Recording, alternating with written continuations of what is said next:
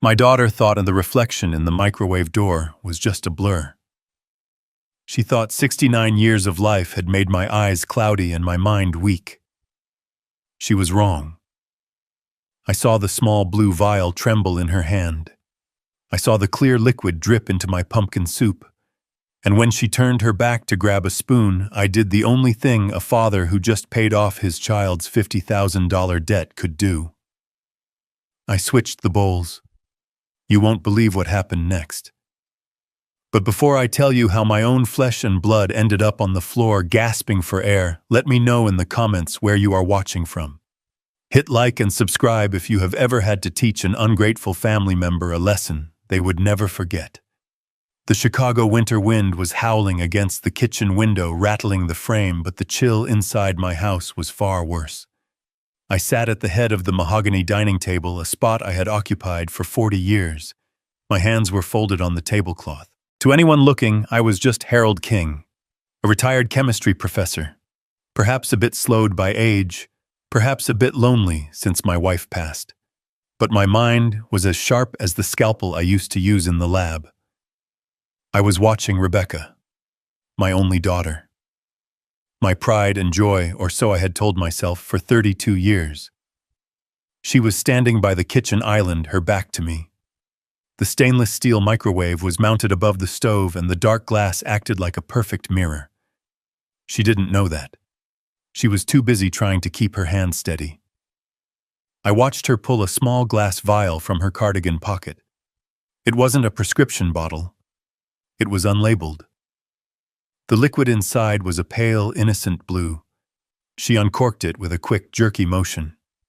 I saw her hesitate for a fraction of a second. Just a fraction.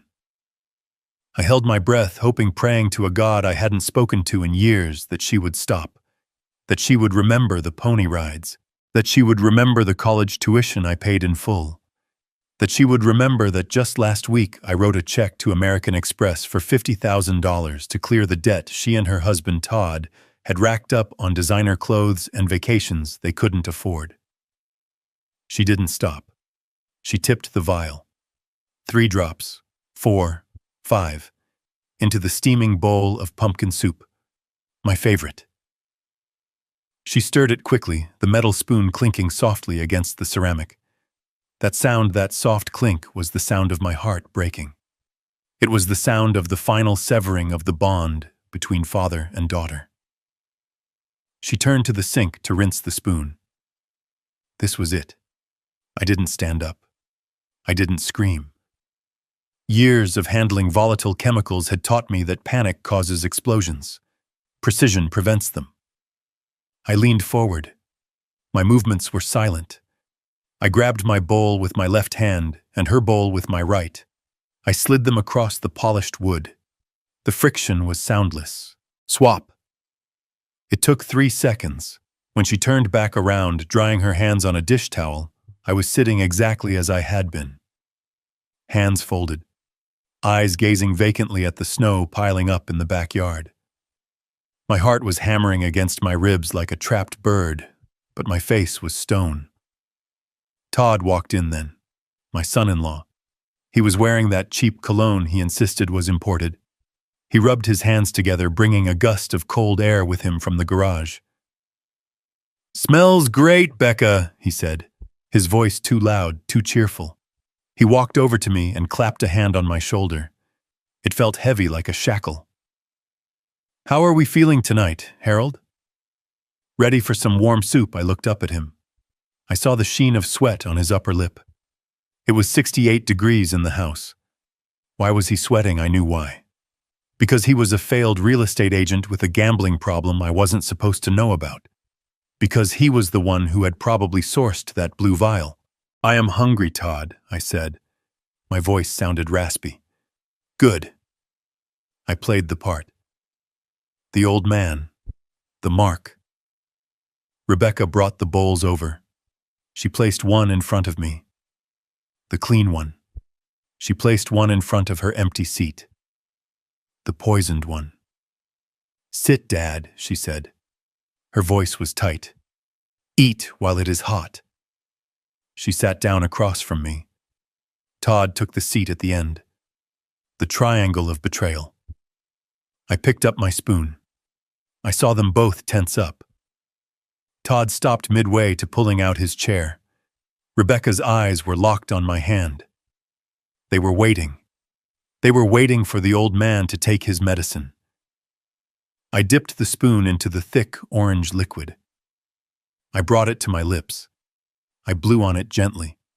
I could feel their gaze burning into me. I took a sip. "Delicious," I said. I saw Todd exhale. His shoulders dropped 2 inches. Rebecca forced a smile that looked more like a grimace. "I am glad you like it, Dad," she said. She picked up her own spoon.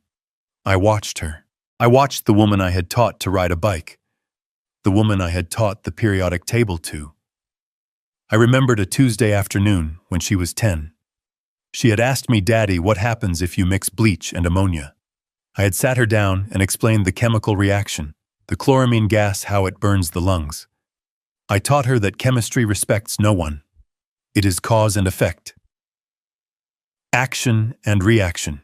If you introduce a foreign agent into a system, the system reacts. She was introducing the agent into her own system now. She took a large spoonful. She swallowed. "Eat up, Rebecca," I said softly. "You need your strength." We ate in silence for a few minutes.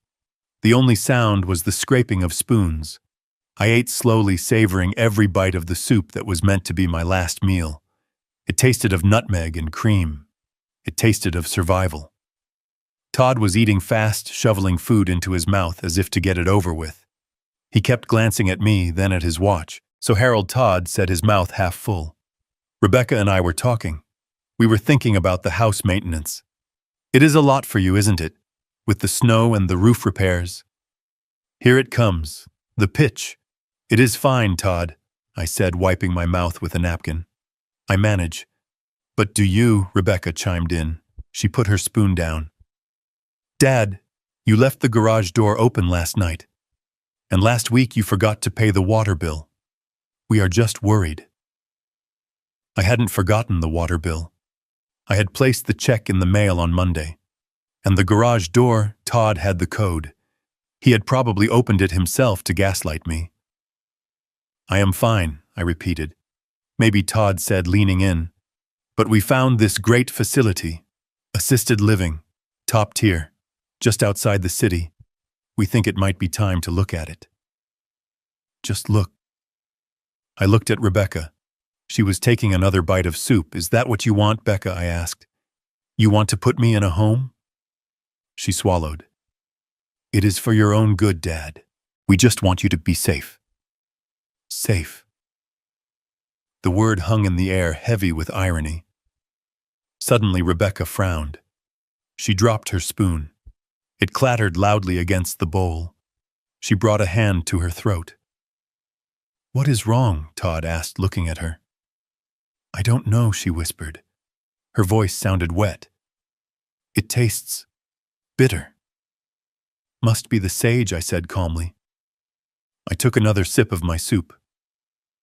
"Tastes fine to me." She coughed. A dry, hacking cough. She rubbed her chest. "It is hot in here," she said. "Is the heat on too high?" She pushed her chair back. She looked pale. The color was draining from her face faster than I had ever seen. Digitalis. It had to be. I recognized the signs. I was a chemist, after all. Foxglove extract. It causes nausea, vomiting, and then cardiac arrhythmias. In high doses, it stops the heart. It mimics a heart attack. A perfect weapon for killing an old man with high blood pressure. But Rebecca had a strong heart. Her metabolism was faster. It would hit her differently. "My vision," she stammered. She blinked rapidly. It is blurry. There are halos around the lights." Todd stood up. "Becca." "You okay? I feel sick." She gagged. She doubled over, clutching her stomach. "Oh, God." I sat still. I watched the chemistry experiment unfold. Todd rushed to her side. What is it? Is it the flu? She vomited on the floor. Violent. Sudden. I stood up then, but I moved slowly like the old man they thought I was. Oh dear, I said. Dad, help me, Todd yelled. She is burning up. He touched her forehead. She was convulsing now, her body seizing up in the chair. She slid off and hit the floor with a thud. It is not the flu, I said. My voice was cold steel. Todd looked at me, his eyes wide with panic. What? That looks like a reaction, I said. What did you put in the soup, Todd? He froze. For a second, the mask slipped. I saw the terror of a man caught in his own trap. We didn't... Nothing. What are you talking about? She is poisoned, Todd, I said. Call 911, unless you want her to die right here on the kitchen floor. He scrambled for his phone, his fingers fumbling over the screen. Rebecca was gasping for air. Her eyes were rolling back in her head. Her hands clawed at the linoleum. She looked at me. In that moment of agony, clarity returned to her eyes. She looked at me, then at the empty bowl in front of her, then at the bowl in front of me. She knew. Dad, she wheezed. You. Don't try to speak, honey, I said, kneeling beside her. I didn't touch her. I just leaned close. Save your energy. You are going to need it to explain this to the police. Todd was screaming into the phone. Yes. My wife, she is having a seizure. I don't know, she just ate dinner while his back was turned. I saw it. Rebecca had dropped a tissue from her pocket when she fell. Wrapped inside was the empty vial. She hadn't thrown it in the trash. She had kept it on her. Amateur. I reached out and palmed the tissue. I slid it into my cardigan pocket. Exhibit A. The sirens were audible in the distance within minutes. We lived close to the fire station. Todd was kneeling over her, crying now. Real tears, maybe. Or maybe tears for himself because he knew his plan had gone spectacularly wrong. She is going to be okay, right? Harold, she has to be okay. I stood up and looked down at them. The greedy daughter. The desperate husband. I don't know, Todd, I said. Depends on the dose. He snapped his head up. The dose, I didn't answer. I walked to the window and watched the red lights of the ambulance reflect against the snow. They were coming to save her. For now. But the real poison wasn't in the soup. It was in this house. And I had just started the process of flushing it out. The paramedics burst in. Chaos took over the kitchen. They loaded her onto the stretcher. Sir, are you coming? The paramedic asked Todd. Yes. Yes, of course. He looked at me. Dad, are you coming? I looked at the mess on the floor. The vomit. The spilled soup. I will follow in my car, I said. I need to get my coat. They rushed her out. The door slammed shut. The silence returned to the kitchen. I walked over to the sink. I picked up my bowl of soup. I poured the rest of it down the drain and turned on the disposal. The evidence of my survival disappeared with a whir. I reached into my pocket and pulled out the tissue with the vial. I held it up to the light. There was a single drop of blue liquid left at the bottom. I went to the hall closet, put on my heavy wool coat and my hat. I checked my reflection in the hallway mirror. I didn't look like a victim. I didn't look like a fragile old man. I looked like a man who had just declared war. I walked out into the cold Chicago night, the snow crunching under my boots. I wasn't just going to the hospital to check on my daughter. I was going to finish what they started. As I drove toward the hospital, the city lights blurring past my phone rang. It was my lawyer, Leonard Banks. I had texted him a single code word while the paramedics were working foxglove. Harold Leonard's voice was deep gravelly. You initiated the protocol. Is it done? They tried tonight, Leonard, I said, keeping my eyes on the icy road. Digitalis in the soup. Jesus, Chew, Leonard breathed. Are you okay? I am fine. Rebecca ate it. There was a long silence on the line. Leonard Banks was the only person who knew the full extent of my net worth. He knew about the $15 million from the pharmaceutical patent I sold 5 years ago. He knew I had been pretending to be a middle-class pensioner to test my family. He knew the test results were failing. She ate it, Leonard asked. I switched the plates. Harold, that is complicated. It is self-defense, I said. Now listen to me. I am heading to Mercy Hospital. Todd is going to try to spin this. He is going to say I am senile. He is going to say I confused the ingredients. He is going to try to push for the conservatorship tonight. I will meet you there, Leonard said. I will bring the papers. We freeze everything I said. The joint accounts, the credit cards, the mortgage payments. I want them to feel the cold, Leonard. I want them to know what it feels like to have absolutely nothing. I hung up. I pulled into the hospital parking lot. I could see Todd pacing in the brightly lit emergency room entrance. He was on his phone again, probably calling his bookie, or maybe a lawyer. I turned off the ignition. I sat in the dark car for a moment. I thought about the little girl who used to hold my hand when we crossed the street. That girl was gone. She had been replaced by a stranger who would poison her own father for an inheritance. I stepped out of the car. I walked toward the sliding glass doors. The daughter thought I didn't see her, but I see everything. And tonight, everyone else would see it too. The antiseptic sting of the emergency room air burned my nostrils, a sharp contrast to the winter chill I had left outside. I sat on the edge of a hard plastic chair, my coat pulled tight around me, watching the double doors where they had taken Rebecca. Todd was pacing back and forth in front of the nurse's station, his shoes squeaking on the linoleum.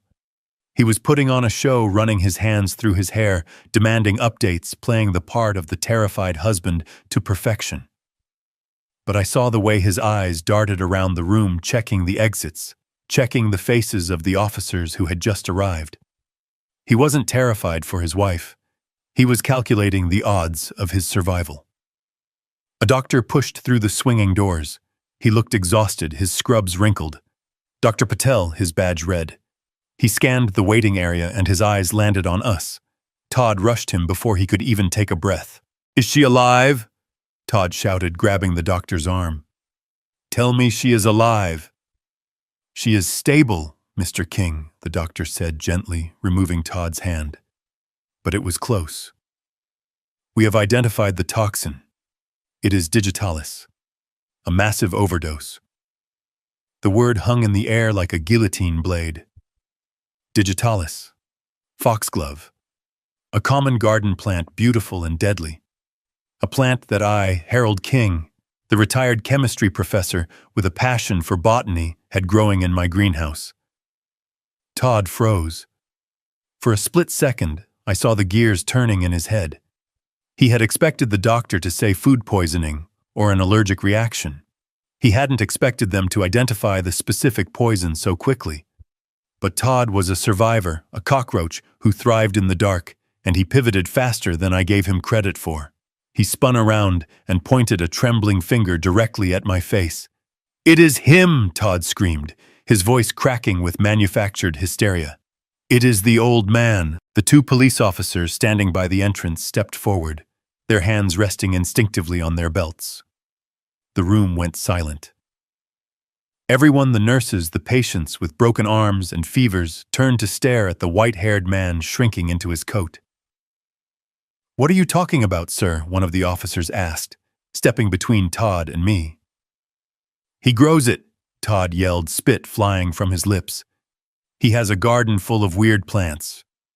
Foxglove. He grows foxglove. He makes these teas, these herbal remedies because he doesn't trust modern medicine." He turned his wild eyes on me. "You did this, Harold. You confused the jars again, didn't you? You put your poison in the soup, thinking it was parsley or some other weed." The officer turned to me. His expression wasn't accusatory yet, but it was wary. "Sir, do you grow foxglove?" This was the moment, the fork in the road. I could stand up, straighten my spine, and tell them that I was a sane man who had just outsmarted a murder attempt. I could tell them about the debt, the switch, the blue vial in my pocket.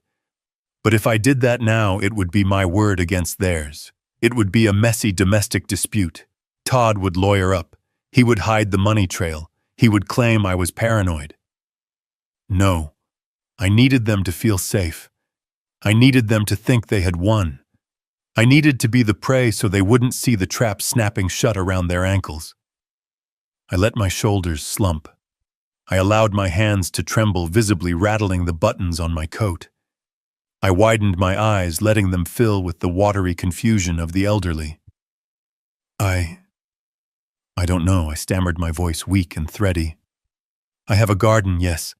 I dry herbs, for tea, for seasoning. You see, Todd shouted triumphantly. He admits it. He is losing it, officer. He has been forgetting things for months. Leaving the stove on, forgetting names, wandering off, I told him not to cook anymore. I told him it was dangerous. I looked down at my hands, playing the part of the shamed, confused father. I thought it was Basil, I whispered just loud enough for the officer to hear. The jars. They look so similar. My eyes aren't what they used to be. Oh God, did I hurt Becca? The officer's stance softened immediately. He didn't see a murderer. He saw a tragedy. He saw a senile old man who had made a terrible mistake. He looked at Todd with sympathy. It sounds like an accident, sir, the officer said. A terrible accident.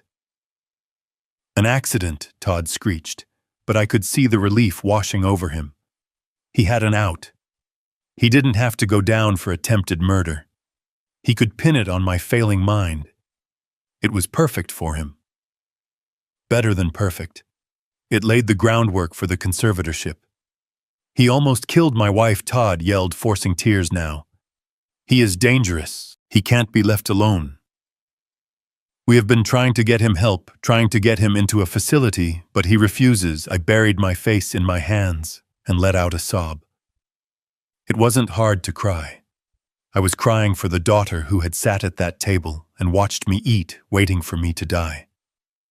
I am so sorry, I wept. I am so confused lately. I just wanted to make a nice dinner. The doctor looked uncomfortable. Mr. King, digitalis toxicity is very specific. We need to know exactly how much was in the food to treat her effectively. Do you have the plant matter? I threw it out, I stuttered. In the disposal. I cleaned up. I wanted the kitchen to be clean. Todd shook his head, looking at the officers with a pleading expression.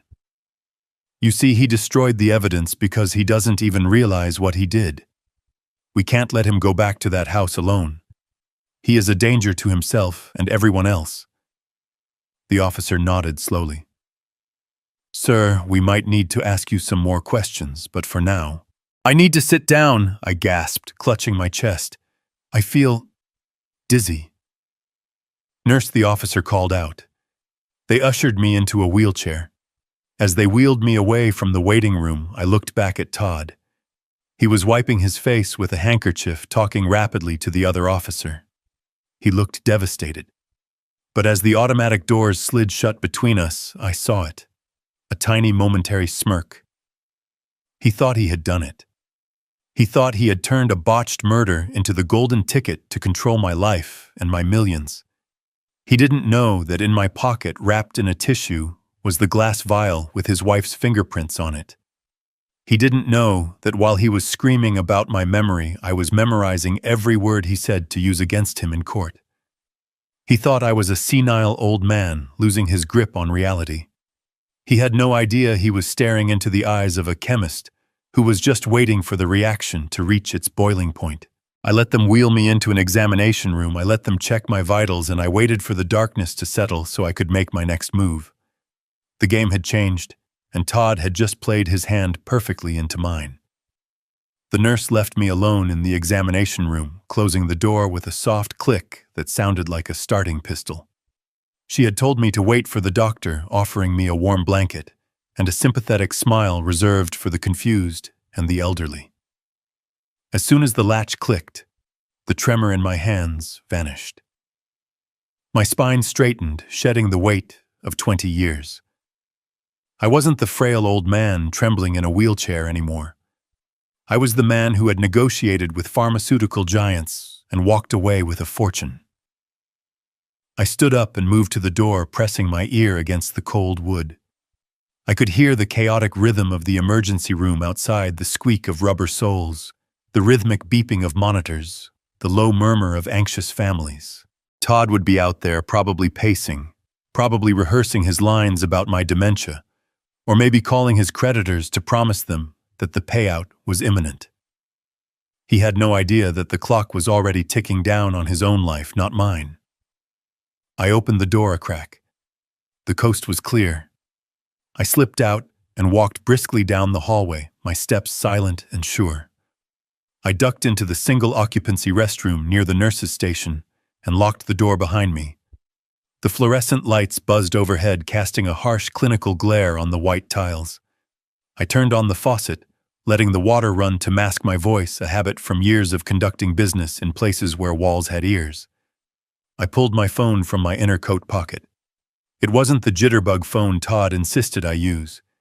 It was a sleek, encrypted smartphone that contained the keys to a kingdom my family didn't even know existed. I dialed a number I had memorized a decade ago. It rang once. Leonard Banks answered immediately. He didn't say hello. He simply said, "Status." They took the bait. "Leonard," I said, my voice low and steady, staring at my reflection in the mirror. The old man in the glass looked tired, his eyes rimmed with red, but the man behind the eyes was cold and calculating. Todd is spinning the narrative. He is accusing me of senility. He is claiming I confused the foxglove with herbs. He is laying the groundwork for an emergency guardianship hearing. "Good," Leonard replied, the rustle of papers audible in the background. That was the projection. If they file for guardianship, they open themselves up to discovery. We can subpoena their financial records to prove motive. "Exactly," I said. "But we need to accelerate the pressure. They are desperate, Leonard. Todd has bookies breathing down his neck. He needs liquidity fast. That is why they rushed the poisoning. If they think they have won, if they think I am about to be locked away, they will try to drain the accounts immediately." "Let them try," Leonard scoffed. "They think they are robbing a piggy bank. They don't realize they are trying to break into Fort Knox." "That brings me to the reason for this call," I said, leaning closer to the mirror. "It is time to drop the curtain. For 40 years, I let them believe I was just a high school chemistry teacher with a modest pension and a paid-off house. I let them think my savings were the result of coupon clipping and frugality. I never told them about the patent. I never told them about the nights I spent in the garage lab synthesizing the hydrophobic polymer coating that is now used on every surgical instrument in the country. I never told them I sold the rights 15 years ago for $12 million.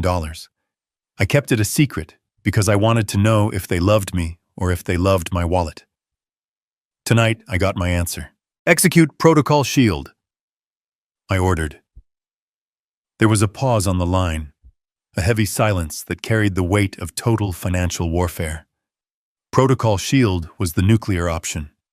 We had designed it years ago, a contingency plan for a worst-case scenario I had prayed I would never have to use. "Are you sure?" Harold Leonard asked, his voice losing its professional edge for a moment. "Once we do this, there is no going back. It freezes everything.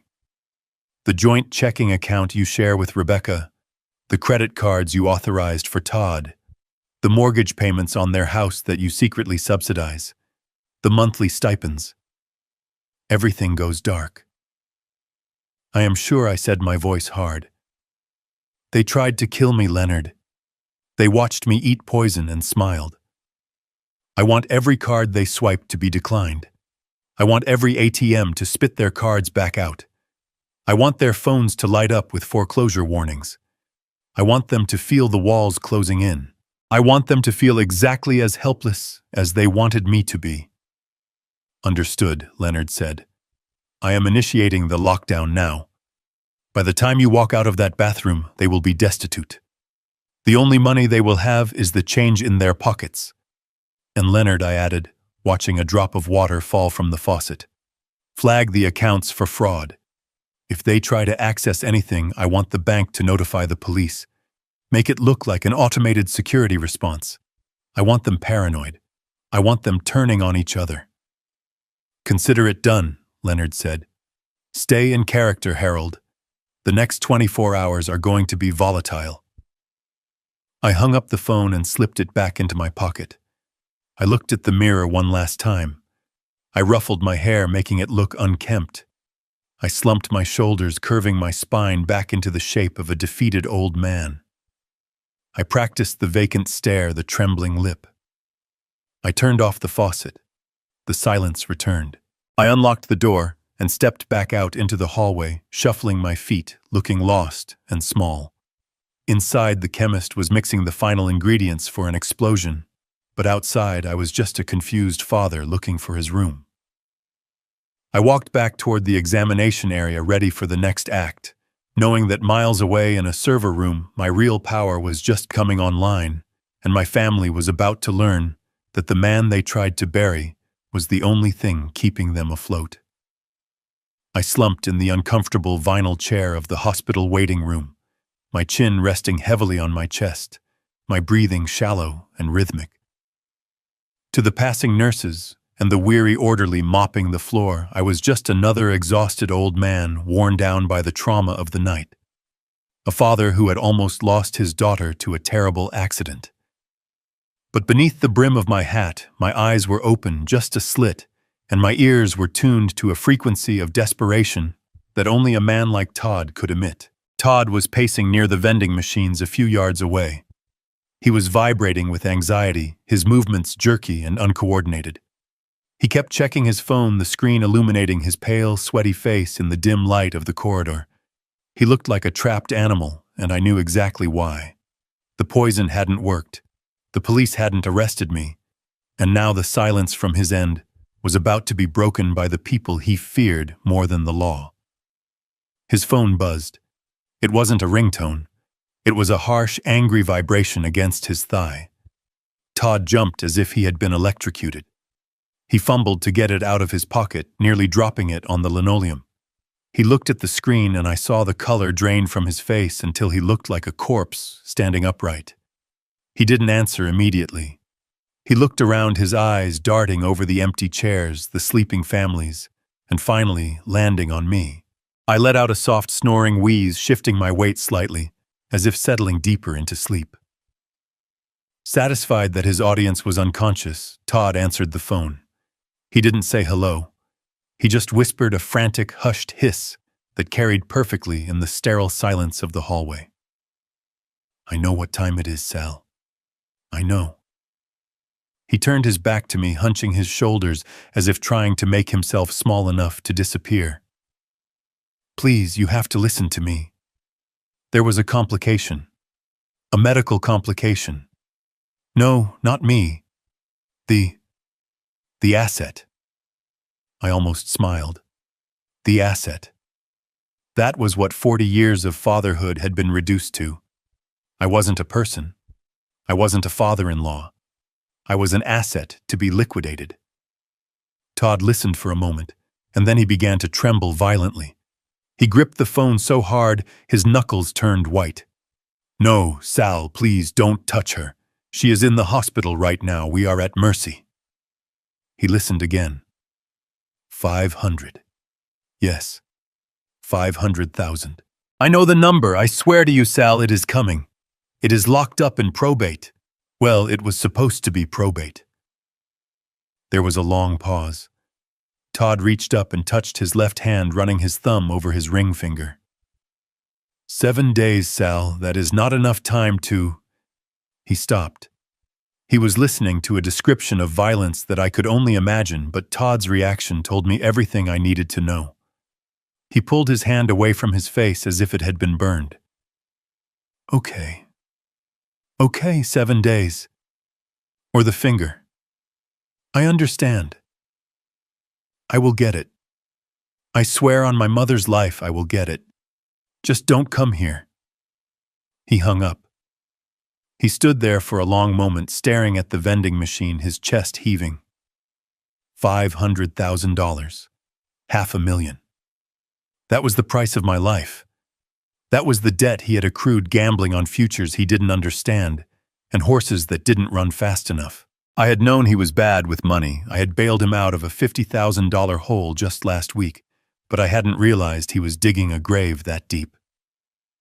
Todd wiped his face with his sleeve, took a deep, shuddering breath, and turned toward the recovery rooms. He needed to talk to his partner in crime. He needed a new strategy, because murder had failed, and the sharks were circling. I waited until he pushed through the double doors leading to the patient rooms. I counted to 10. Then I stood up. My joints popped a genuine sound of age, but my movement was fluid. I followed him.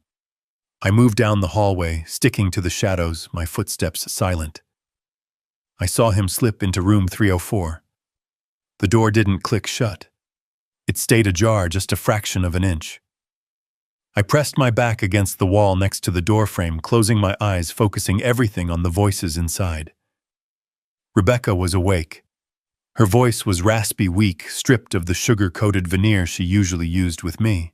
"You look like hell, Todd," she said. "Sal called," Todd whispered. The panic was back in his voice, raw and unfiltered. "He gave us a week." 7 days, Becca. Or he starts sending pieces of me in the mail. Rebecca let out a low groan. I hate him. I hate that old man. Why isn't he dead, Todd? I put enough digitalis in that soup to kill a horse. He ate it. I watched him eat it. He must have a stomach like a goat, Todd spat. Or maybe the dosage was wrong. It doesn't matter now. Plan A is dead. The police are already asking questions about the garden. If we try anything physical again, they will be watching. So what do we do? Rebecca asked, her voice rising in hysteria. We can't wait for him to die of natural causes. We don't have years. We have a week. Todd paced the small room. I could hear his shoes squeaking. We pivot, he said. We go to Plan B. We force the issue. Plan B, Rebecca asked. You mean the home? No, not just a home, Todd said, his voice dropping lower, becoming more sinister. A conservatorship. Total legal control. We don't need him dead to get the money, Becca. We just need him declared incompetent. But the doctor... Dr. Patel said he seemed lucid, Rebecca argued. Dr. Patel doesn't know him, Todd countered. Look at what happened tonight. He poisoned his own daughter because he confused parsley with foxglove. That is what the police report is going to say. That is the narrative. He is dangerous. He is senile. He is a threat to himself and others. I held my breath. They were rewriting reality. They were taking my survival and turning it into a weapon against me. We file for emergency guardianship tomorrow morning. Todd continued the plan forming rapidly in his desperate mind. We get a court order. We freeze his assets. Once we have power of attorney, we can liquidate the house. We can access the retirement accounts. We can pay Sal.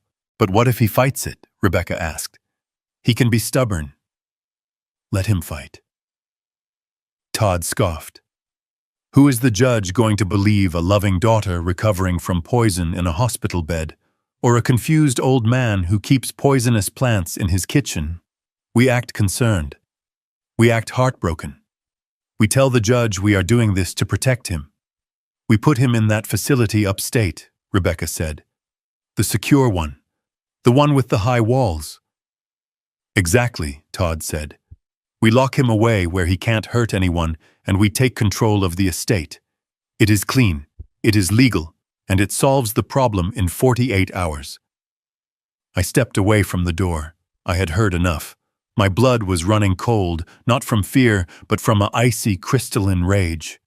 They weren't just going to kill me. They were going to erase me. They were going to strip me of my rights, my name, and my freedom.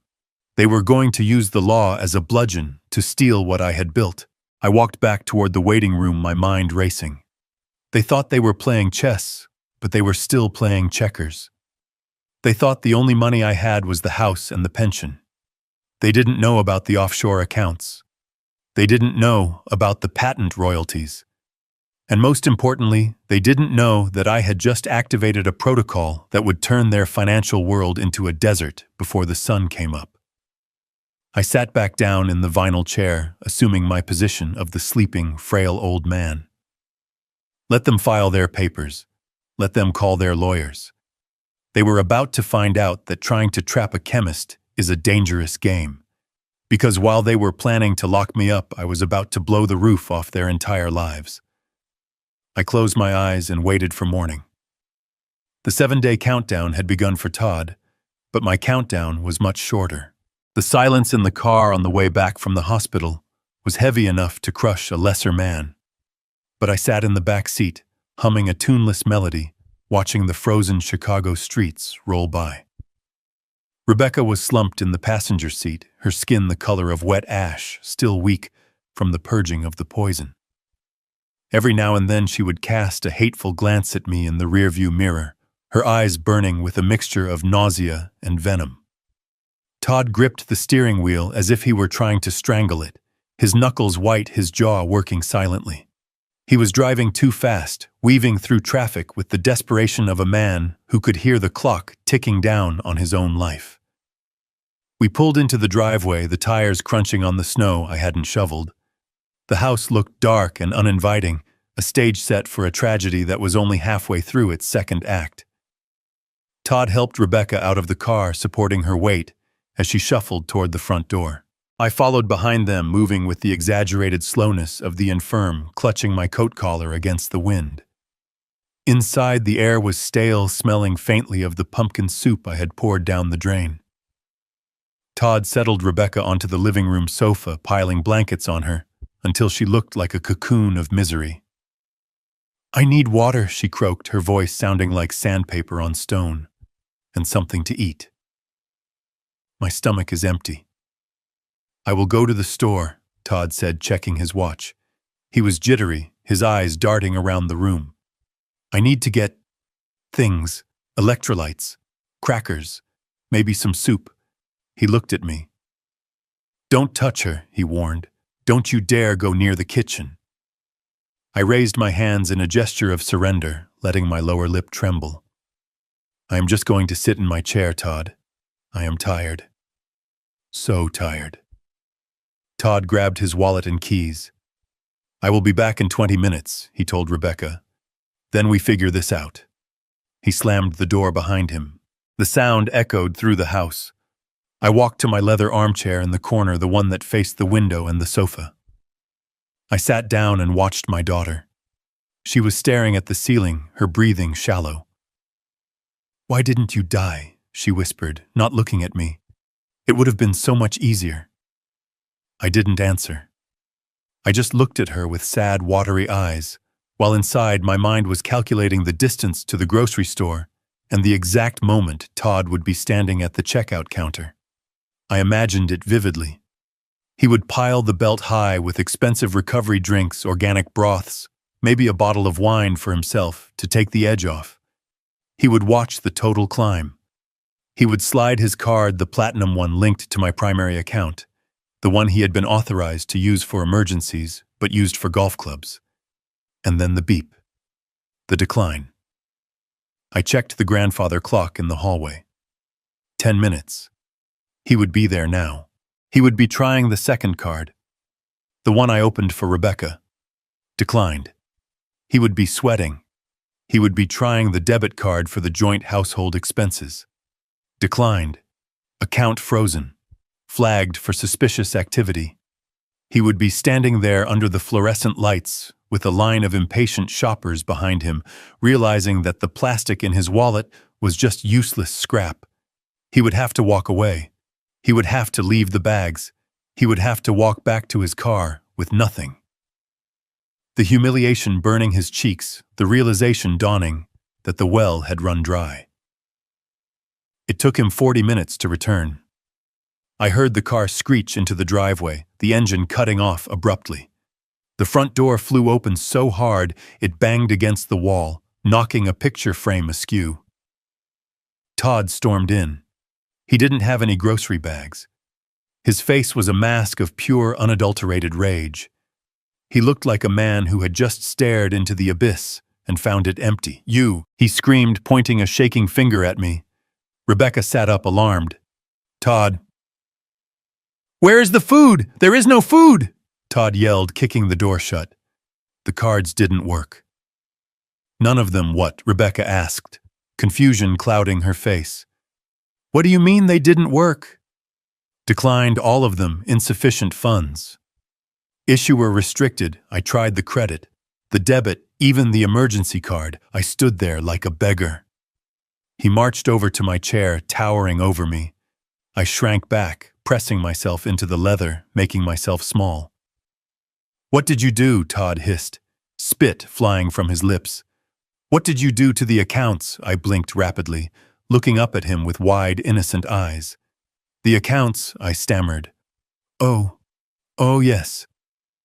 Leonard." Todd froze. "Leonard." "Your lawyer," I nodded slowly. "I called him. From the hospital. After the accident with the soup." I was so scared, Todd. The police were asking questions. I felt so confused. So Todd demanded, "What did you tell him?" I told him I was losing it. I whispered, my voice trembling. I told him I couldn't trust myself anymore. I told him I almost hurt Becca because I couldn't tell the jars apart. I told him I needed protection. "Protection?" Rebecca asked, her voice rising. "Yes," I said. Leonard said, "He said that if I am becoming senile, I am vulnerable. He said scammers target old people like me. He said I needed to lock everything down. Protocol Shield, he called it." Todd looked as if he had been punched in the gut. "Protocol Shield. What the hell is that?" I shrugged helplessly. "I don't know the legal terms, Todd. He said he was freezing everything. To protect me. He said until a judge reviews my case, nobody can spend a penny. Not even me. He said if I want to buy a pack of gum, I need a court order." The silence that followed was absolute. It was the silence of a bomb that had just detonated, leaving nothing but ringing ears and dust. "You froze the money," Todd whispered, his voice trembling with horror. "All of it." "To keep us safe," I said, smiling weakly. "So I don't get scammed. Leonard said it was the responsible thing to do." "You idiot," Todd screamed, grabbing his hair with both hands. "You senile old fool. Do you have any idea what you have done?" I did what was best," I said, my voice wavering. Leonard said. "To hell with Leonard," Todd roared. He spun around and kicked the coffee table, sending magazines flying.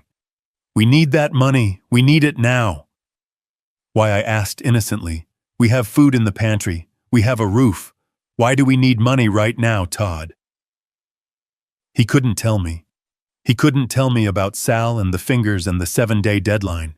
He just stood there, panting, his eyes wild. Rebecca struggled to stand up. "Dad, call him back. Call Leonard. Tell him to unlock it. Tell him it was a mistake." "I can't," I said sadly. "He said it is a legal process now. Once the protocol is active, it takes weeks to reverse. He said it is for my own good." "Weeks," Todd choked. "We don't have weeks," he looked at Rebecca. Panic was setting in, cold and hard. They were realizing that the trap they had built for me had just snapped shut on their own legs. They had wanted a conservatorship. They had wanted to prove I was incompetent. Well, I had just given them exactly what they wanted. I had acted so incompetent that the law had stepped in to protect me from everyone, including them. "Cash," Todd muttered. "We need cash. There has to be cash in the house." He looked around the room, his eyes landing on the antique secretary desk in the corner, the one where I kept my correspondence. "Where do you keep it?" he demanded, turning to me. "The emergency fund. The stash. Every old man has a stash." "I don't. I usually use the bank," I stuttered. "Liar," Todd shouted. He ran to the desk and ripped open the drawers. He dumped the contents onto the floor, papers, pens, old stamps. He rifled through them frantically. Nothing. "Check the bedroom," Rebecca yelled, adrenaline temporarily overriding the poison in her system. Under the mattress, in the closet, they went into a frenzy. It was pathetic and terrifying to watch. Todd ran up the stairs, his heavy footsteps thudding overhead. I heard drawers being pulled out and thrown against the walls. I heard the crash of a lamp. He was tearing my bedroom apart, looking for the bundles of cash he imagined I had hoarded. Rebecca limped into the kitchen. I heard the clatter of ceramic jars being overturned. She was checking the cookie jars, the freezer, the space behind the loose brick in the pantry. I stayed in my chair. I didn't move. I listened to the destruction of my home, and I felt a strange sense of calm. Let them look. Let them destroy the furniture. They wouldn't find a dime. I had moved the cash years ago. The only thing they would find was dust and their own desperation. Todd came back down the stairs a few minutes later, red-faced and empty-handed. He was holding a small wooden box he had found in my closet, my wife's jewelry box. "This is it," he screamed, shaking the box. "Costume jewelry, where are the diamonds? Where is the gold?" "Mom was buried with her rings, Todd," I said softly. "You know that." He threw the box across the room. It shattered against the fireplace, spilling cheap bead necklaces across the hearth. "We are screwed," he whispered. He looked at Rebecca. "Sal isn't going to wait for a court order." "What do we do?" Rebecca asked, her voice trembling. Todd looked at me. His eyes were dark, filled with a malice that had moved beyond greed into something primal. "Survival. We accelerate," he said. "We don't wait for the hearing. We get him committed now. Tonight." "But the lawyer," Rebecca started. "Forget the lawyer," Todd snapped. "We find a doctor who will sign the paper for cash. We get him locked up in a psych ward. Once he is in, we become his legal guardians by default. We can override the lawyer. We can force the bank to open the accounts." He walked over to me, leaning down until his face was inches from mine. I could smell the sour fear on his breath. "You are sick, Harold," he said, his voice low and menacing. "You are very, very sick. You are seeing things. You are hurting people. And we are going to get you the help you need, even if we have to drag you there." I looked back at him, blinking tears into my eyes, pretending to be the terrified old man. But inside I was smiling. They were desperate. They were reckless. And they were about to make the mistake that would put them in prison forever. "Okay, Todd," I whispered. "Whatever you say." "Good," he said, straightening up. He pulled out his phone. "I know a guy, Dr. Evans. He lost his license, but he still has a prescription pad. He will be here in an hour." He walked into the kitchen to make the call. Rebecca slumped back onto the sofa, watching me with cold, dead eyes. I sat back and waited. Let them bring their fake doctor. Let them try to drag me away. I had one more card to play, and it was hidden in the chemical compound I had painted on the safe upstairs just before I left for the hospital. The game was entering the endgame, and they didn't even know they were already in checkmate. The heat in the house was suffocating, a physical weight that pressed against my chest and made the air thick and difficult to breathe. Sweat trickled down my back, soaking into my shirt, but when I looked across the living room, Todd was wearing a heavy wool sweater and rubbing his arms as if he were standing in a blizzard. Rebecca was wrapped in a thick afghan, her teeth chattering with a theatrical intensity that would have been comical if their intentions weren't so deadly. They had cranked the thermostat up to 85 degrees, turning the house into a sauna, but the psychological temperature they were trying to set was absolute zero. I wiped my forehead with a trembling hand playing my part. "It is very warm in here, isn't it?" I asked, my voice weak and confused. I pulled at my collar. "Maybe we could crack a window." Todd looked at me with wide, incredulous eyes. "Warm, Harold, it is freezing. The furnace is barely keeping up with the draft. Look at the thermostat." He pointed to the digital readout on the wall. It read 62 degrees.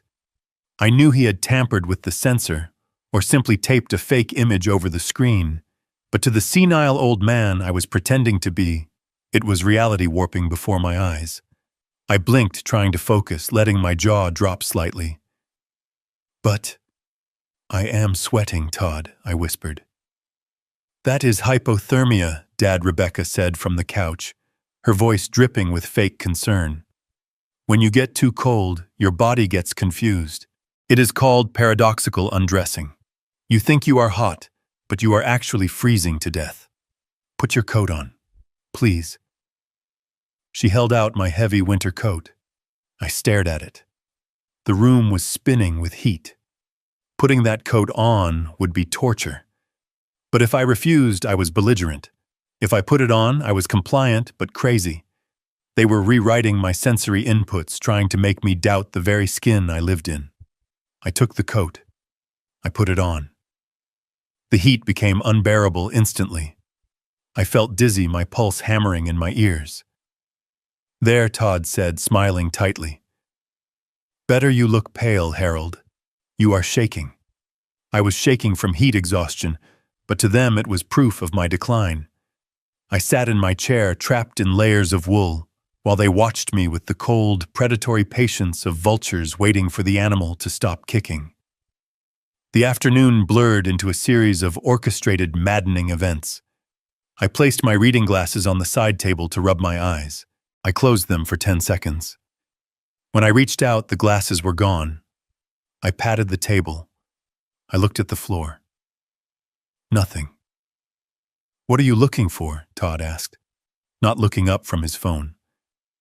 "My glasses," I mumbled. I just set them down.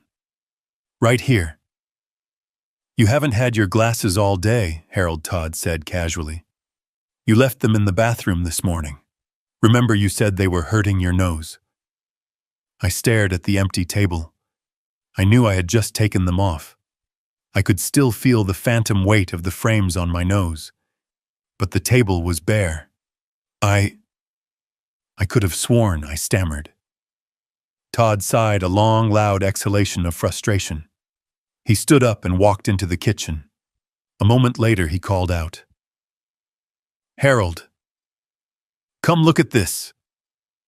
I hauled myself up, the heavy coat weighing me down, and shuffled into the kitchen. Todd was standing by the open refrigerator. He pointed to the middle shelf right next to the milk carton. My glasses were sitting there, frosted over with cold. "Why did you put your glasses in the fridge?" Harold Todd asked, his voice gentle, patronizing. "Were you trying to cool them down?" I stared at the glasses. It was clumsy. It was obvious. But it was effective. I don't remember doing that," I whispered. "That is the problem," Dad Rebecca said, appearing in the doorway. "You don't remember anything anymore. You are dangerous. What if you put the car keys in the microwave? What if you put the cat in the oven?" "We don't have a cat," I said automatically. "Not anymore," Todd said darkly. "Not since you let it out last winter. We never had a cat. Never." But in that moment, with the heat pressing in and my glasses sitting in the fridge, the edges of my reality felt soft, malleable. This was gaslighting in its purest, most brutal form. They weren't just lying to me. They were dismantling my history brick by brick. They wanted me to break. They wanted me to scream, to lash out, to give them the excuse to call Dr. Evans and say, "He is having an episode. Come get him." I lowered my head. I grabbed the cold glasses.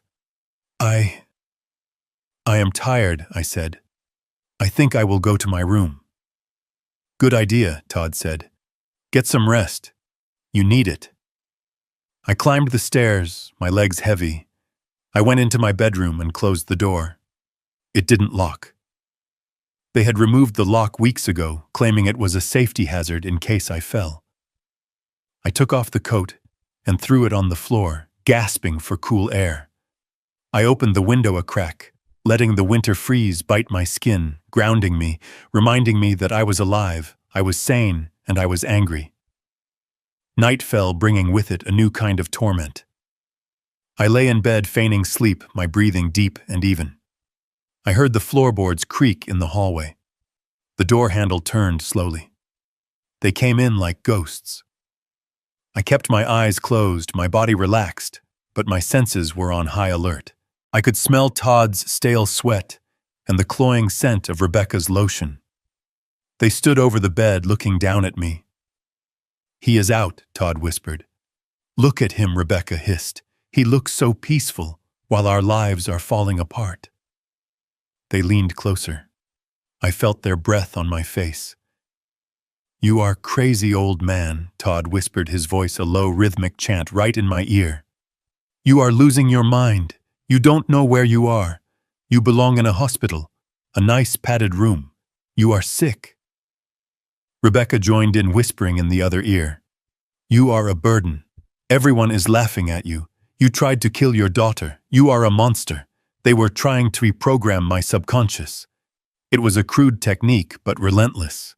They did this for 10 minutes, a stream of poisonous suggestions meant to seep into my dreams and rot my confidence from the inside out. Finally, they pulled away. "Check the safe again," Todd whispered. Maybe he wrote the combination down somewhere new. I heard them rummaging through my dresser drawers, quiet as mice. They checked the pockets of my pants. They looked under the rug. They were desperate for the code to the wall safe hidden behind the painting of the ship in the storm. They knew there wasn't cash in the bank accounts anymore, so they had convinced themselves I must have a physical stash. They left empty-handed, closing the door silently. I waited.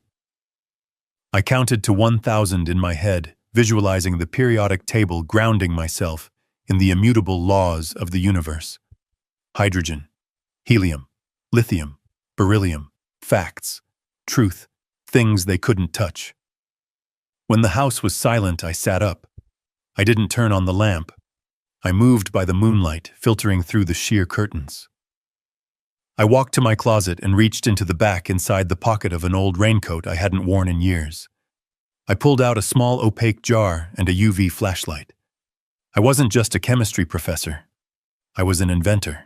And this jar contained a compound I had synthesized for fun years ago, an invisible powder that reacted to the oils in human skin and glowed a brilliant, undeniable crimson under ultraviolet light. It was adhesive, transferable, and impossible to wash off with just water. I moved to the painting of the ship. I swung it open, revealing the steel face of the safe. It was a sturdy model, impossible to crack without a drill or the code. I put on a pair of latex gloves from my first aid kit. I opened the jar. Carefully, methodically, I brushed the fine powder onto the keypad. I dusted the handle. I coated the entire front panel of the safe. The powder was invisible to the naked eye.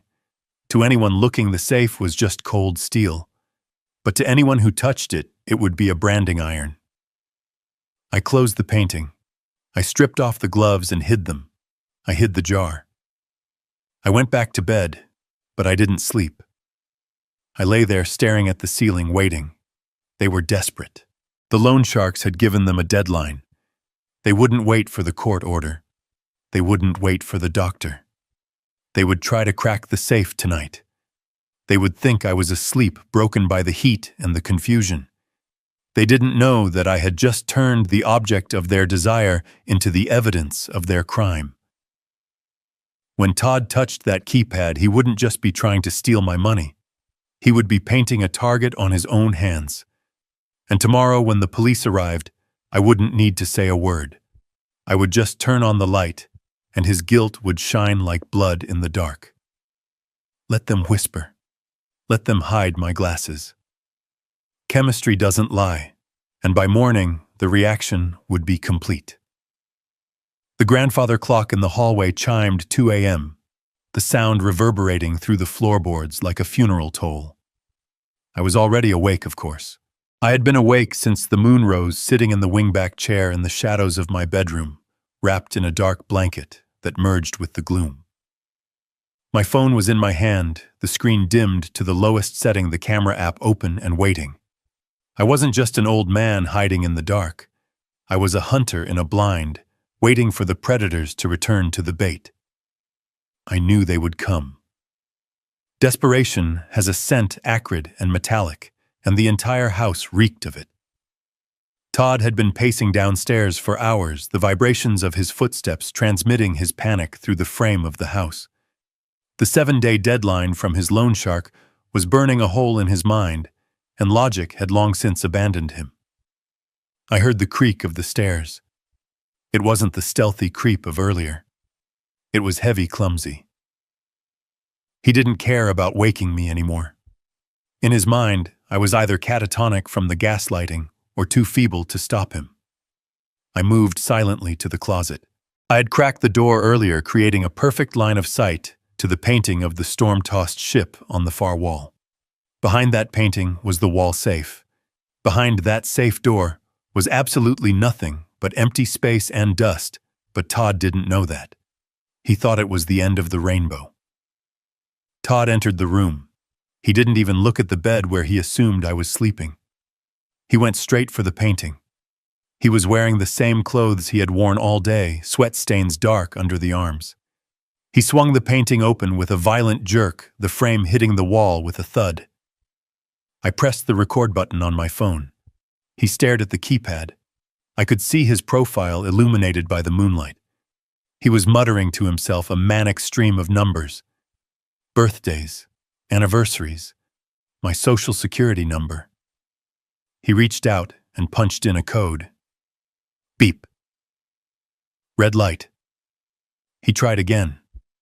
Faster this time, his fingers mashing the buttons. Beep. Red light. He slammed his fist against the steel door. The sound was a dull clang that made me wince, but I kept the camera steady. "Open, you son of a bitch," Todd hissed. Rebecca appeared in the doorway. She looked like a ghost in her pale nightgown. Her hair matted her face, still gaunt from the poisoning. She didn't look at the empty bed either. She just watched her husband unravel. "He changed it," she said. Her voice was flat, devoid of emotion. He couldn't have. Todd snapped, not looking at her. "He is senile. He puts his glasses in the fridge. He doesn't remember what day it is. How could he remember to change a safe combination?" "Maybe he isn't as crazy as we want him to be," Rebecca said. She walked into the room. She stood right next to him. I zoomed in. I needed this. I needed them both in the frame. Todd turned to her, his eyes wide and wild. "Don't say that. Don't you ever say that. He is cooked, Becca. His brain is mush. He probably changed it by accident.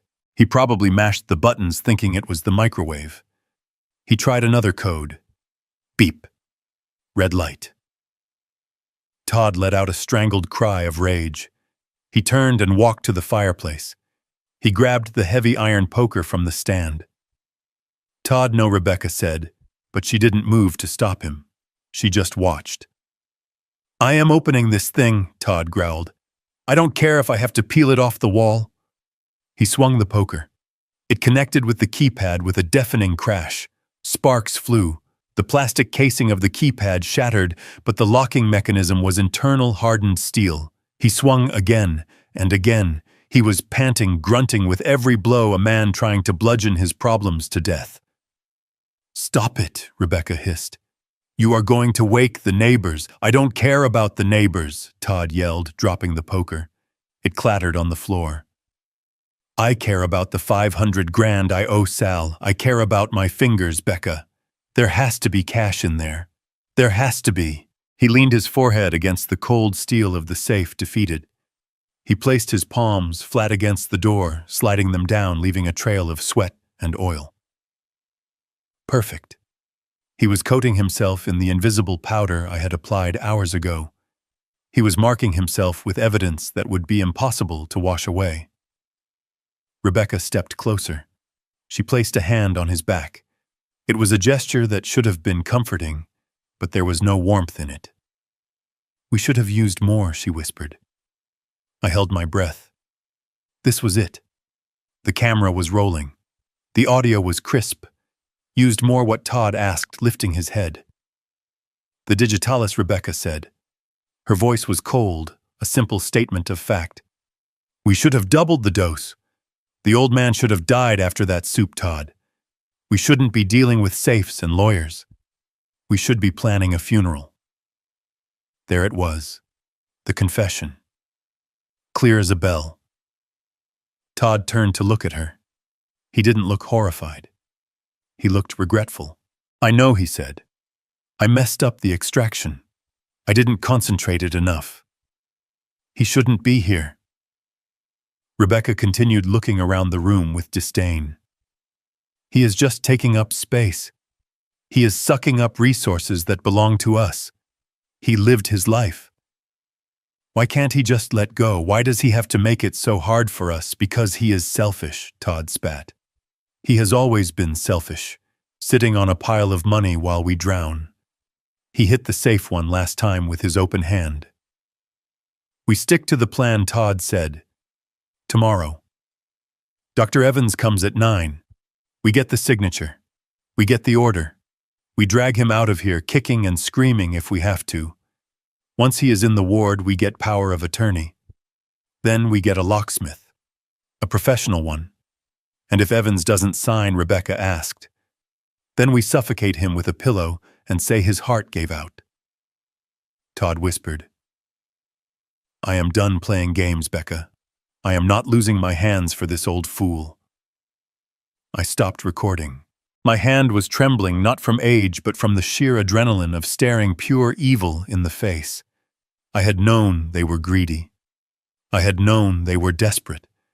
But hearing my daughter, the girl I had carried on my shoulders, wish for my death because I was taking up space, it severed the last thread of attachment I had. The father in me died in that closet.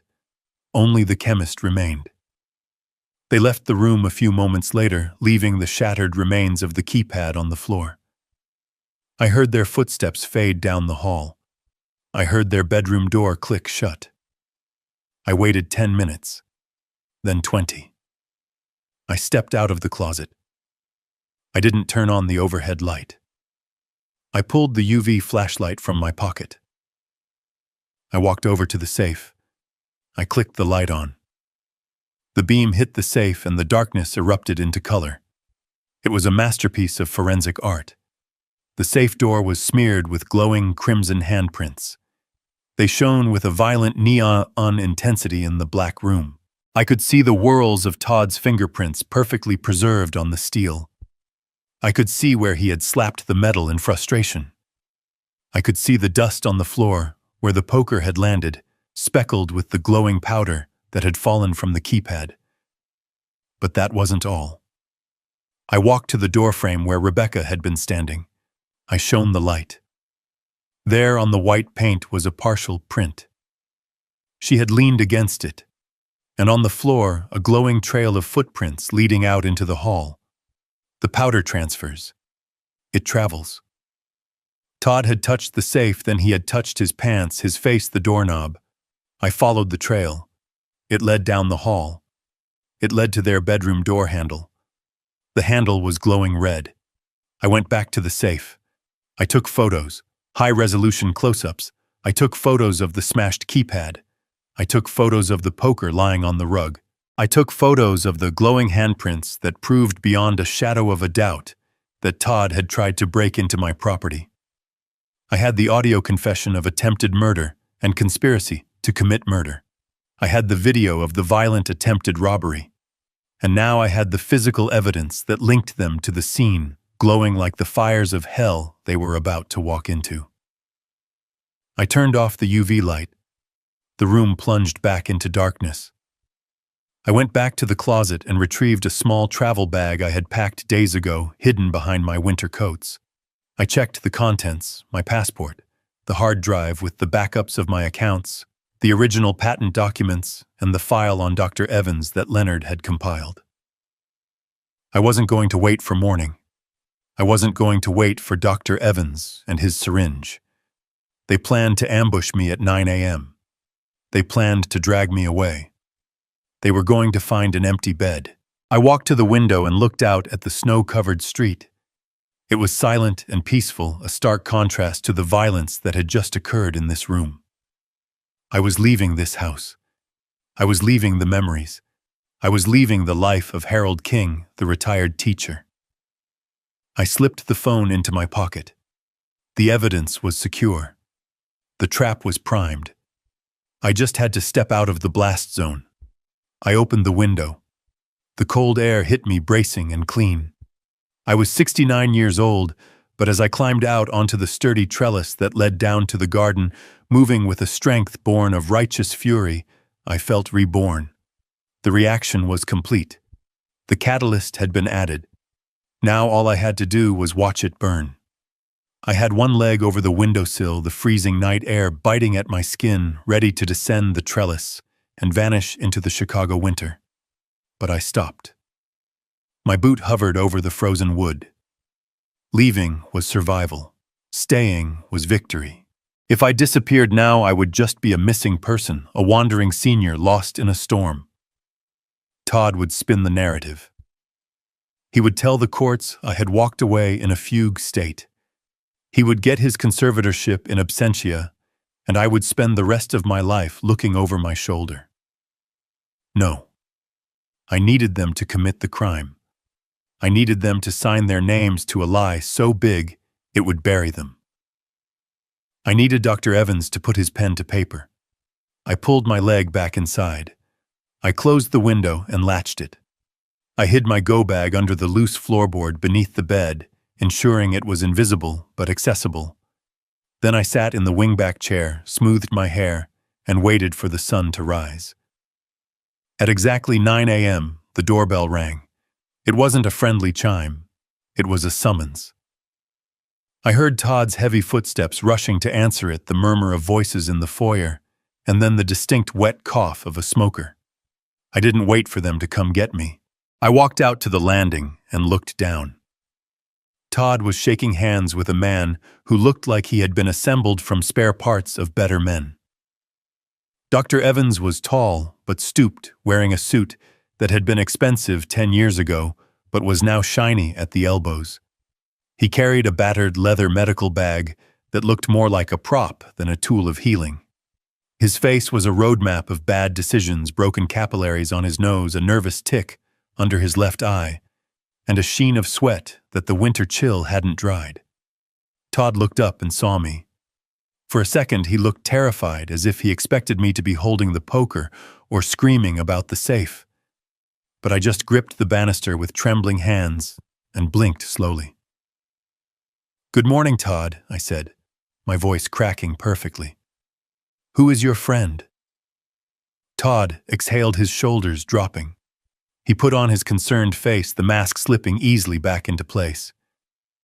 "This is Dr. Evans Harold. He is a specialist. He is here to help us. Help you." I walked down the stairs, taking them one at a time like a toddler. I stopped in front of the doctor. He smelled of peppermint, trying to cover up stale bourbon. "A specialist?" I asked. For the house, Dr. Evans smiled, revealing teeth that had seen too much coffee. For the mind, Mr. King. For the memory. "Your son tells me you have been having some trouble distinguishing reality lately." I looked at Todd. He wouldn't meet my eyes. "I am fine," I whispered. I get confused sometimes." "Shall we sit?" Evans asked, gesturing to the living room as if it were his clinic. We sat. Rebecca came in from the kitchen holding a cup of coffee. She didn't offer me any. She sat next to Todd, clutching his arm, playing the part of the worried daughter. Dr. Evans pulled a clipboard from his bag. He clicked a silver pen. "Let's start with the basics, Harold. Can you tell me what year it is?" I stared at him. It was a trap. If I got it wrong, I was crazy. If I got it right, he would say I was guessing. "It is 2024, I said, making it a question. Evans wrote something down. He didn't look up. "And who is the President of the United States?" I answered correctly. He wrote again, Harold. "Your family tells me you have been exhibiting aggressive behavior, violent outbursts. Is that true?" I looked at the fireplace where Todd had smashed my wife's jewelry box. I looked at the wall where the safe was hidden behind the painting. "I don't like loud noises," I said softly. "They scare me." Evans nodded, scribbling furiously. "Paranoia. Hypersensitivity."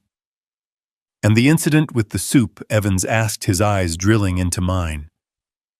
"You poisoned your daughter, Harold. Did you know you were doing it? Did the voices tell you to do it?" I felt a spike of cold rage in my gut. He wasn't diagnosing me. He was building a narrative. He was feeding me the lines he wanted me to say. "I thought it was parsley," I mumbled, looking at my hands. Dr. Evans stopped writing. He leaned forward. "Parsley doesn't come in a blue vial, Harold." I froze. I looked up at him. How did he know about the vial Todd? Todd must have told him about the vial he thought I used. But I had never mentioned a vial to the police. I had only said jars. "You talked to Todd about the vial?" I asked, dropping the senile act for a microsecond. Evans blinked, realizing his slip. I am speaking hypothetically. The point is, you introduced a foreign substance." He turned the page on his clipboard with a snap. "Let's do a cognitive test. I am going to say 3 words. I want you to repeat them back to me in 5 minutes. Apple, table, penny." I looked at him. I looked at the sweat on his upper lip. I looked at the tremor in his hand holding the pen. Apple. Table. Penny, I repeated. We sat in silence. Todd tapped his foot. Rebecca chewed her lip. The clock ticked. 5 minutes passed. "Okay," Harold Evans said. "What were the words?" I looked at him blankly. "What words?" I asked. Todd let out a sigh of relief so loud, it sounded like a tire deflating. Evans smiled a predatory smile.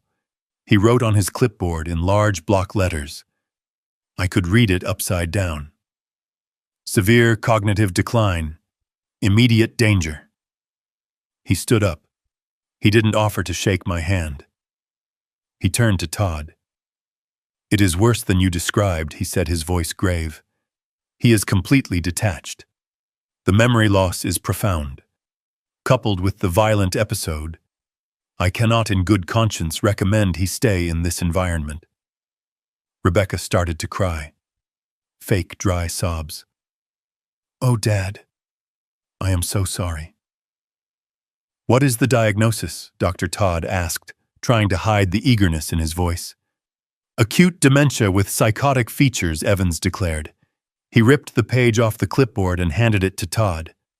"This is a medical hold recommendation. He needs a secure facility, somewhere they can manage his episodes." Todd took the paper. He looked at it like it was a winning lottery ticket. "Thank you, doctor. We just want him to be safe." I stood up. "I have to go to the bathroom," I said. "Sit down, Harold," Todd snapped. "We aren't done." The doorbell rang again. Todd checked his watch. "That will be Mr. Sykes." "Mr. Sykes?" I asked. "The social worker," Rebecca said, wiping her dry eyes. "We called him to help with the transition." Todd went to the door. He came back with a man who looked like a thumb in a cheap suit. Mr. Sykes was short, broad, and had the dead eyes of a bureaucrat who had sold his soul for a pension. He didn't look at the room. He looked at the paperwork Todd shoved into his hands. "Dr. Evans's report." Sykes asked, his voice a monotone drone. "Right here," Todd said. Sykes scanned it. He nodded. He looked at me for the first time. He didn't see a person. He saw a file number. "Mr. Harold King," he said. "I am an emergency caseworker with Adult Protective Services. Based on the medical evaluation provided by Dr. Evans and the sworn affidavits from your family regarding the poisoning incident, The state is intervening. Intervening? I asked, my voice trembling. You are being placed under a temporary 5150 hold for emergency psychiatric evaluation, Sykes said. You have been deemed an imminent danger to yourself and others. A hold, I stepped back. You are taking me away. We are transporting you to the Greenbrier Behavioral Health Center, Sykes said. They have a bed waiting. The transport team is 5 minutes out. Greenbrier. I knew the place. It was a warehouse for the unwanted, a place where they sedated you until you forgot your own name or until your family drained your accounts and stopped paying the bill.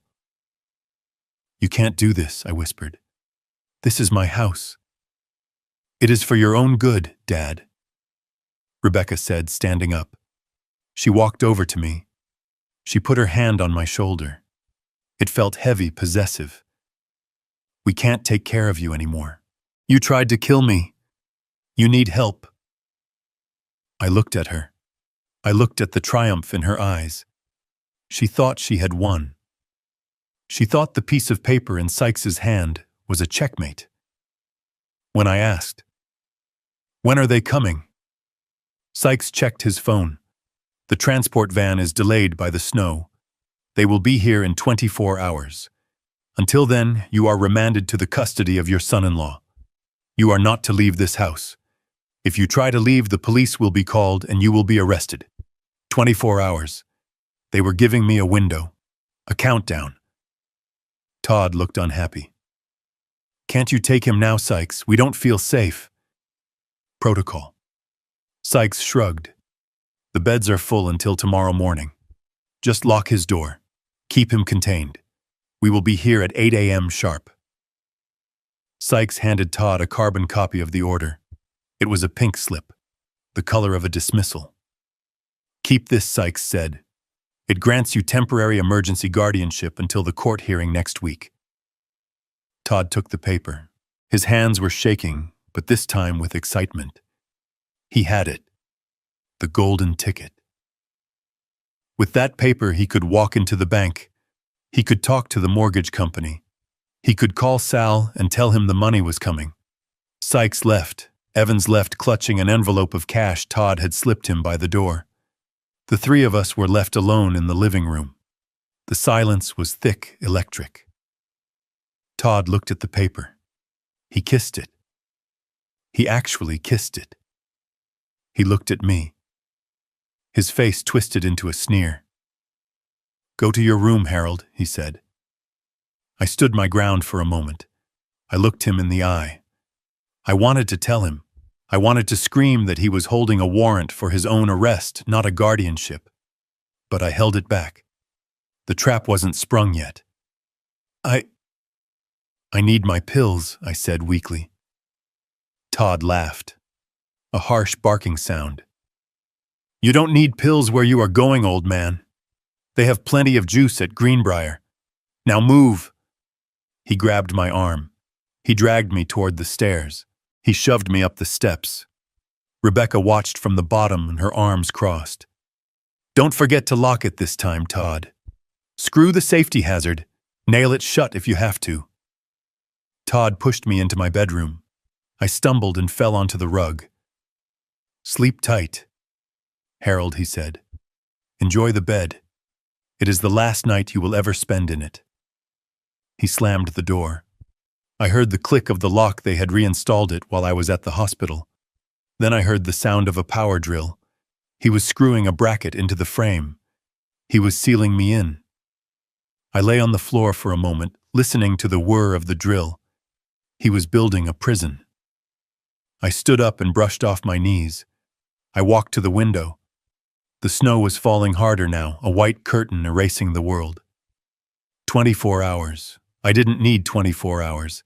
I needed 20 minutes. I went to the bathroom attached to my suite. I opened the cabinet under the sink. I pushed aside the toilet paper and the cleaning supplies. There in the back was a plastic jug of industrial drain cleaner, high-concentration sulfuric acid. I used it for the stubborn pipes in the old house. I carried the jug to the bedroom door. I looked at the hinges. They were painted over layers of white latex, but underneath they were brass, soft metal. Todd thought he had locked me in. He thought steel and wood could hold a chemist. He forgot that metal dissolves. He forgot that wood burns. He forgot that I knew the melting point of every material in this house. I poured a small amount of the acid into a glass cup. I pulled a pipette from my go bag. I wasn't going to Greenbrier. I was going to the bank. And then I was going to court. But first, I had to melt my way to freedom. I applied the first drop to the top hinge. It hissed. A wisp of acrid smoke rose up. It smelled like victory. I worked silently, methodically, one drop at a time, weakening the structure, eating away the integrity of their cage. Downstairs, I heard corks popping. They were celebrating. They were drinking my wine, toasting to their victory, counting money they would never touch. Let them drink. Let them celebrate. Tomorrow, when the van arrived, all they would find was a door hanging off its hinges and a chemical burn on the floor, where I had walked out of their lives forever.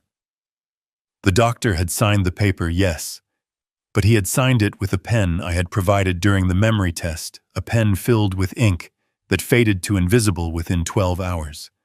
By the time they got to court, that medical order would be a blank sheet of paper. I applied another drop. The hinge groaned. Almost there. The smell of dissolving metal is distinct. It is acrid biting and tastes like copper pennies on the back of the tongue.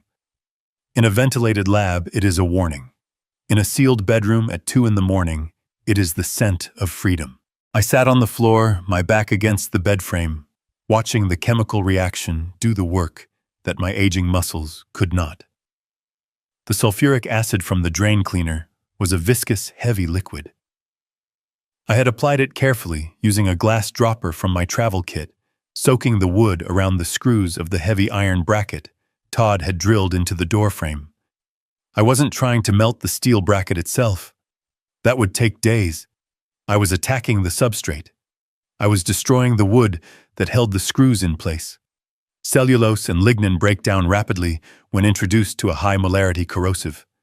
The wood hissed softly, bubbling and turning a charred, oily black. It was a slow violence, a quiet erosion, exactly like the way my family had eaten away at my life for the last decade. Downstairs, the house was silent. The celebration had ended hours ago. I imagined Todd passed out on the sofa, an empty bottle of expensive scotch, my scotch dangling from his hand. I imagined Rebecca dreaming of the shopping spree she would go on once I was locked away in Greenbrier. They were sleeping the deep, untroubled sleep of the victorious.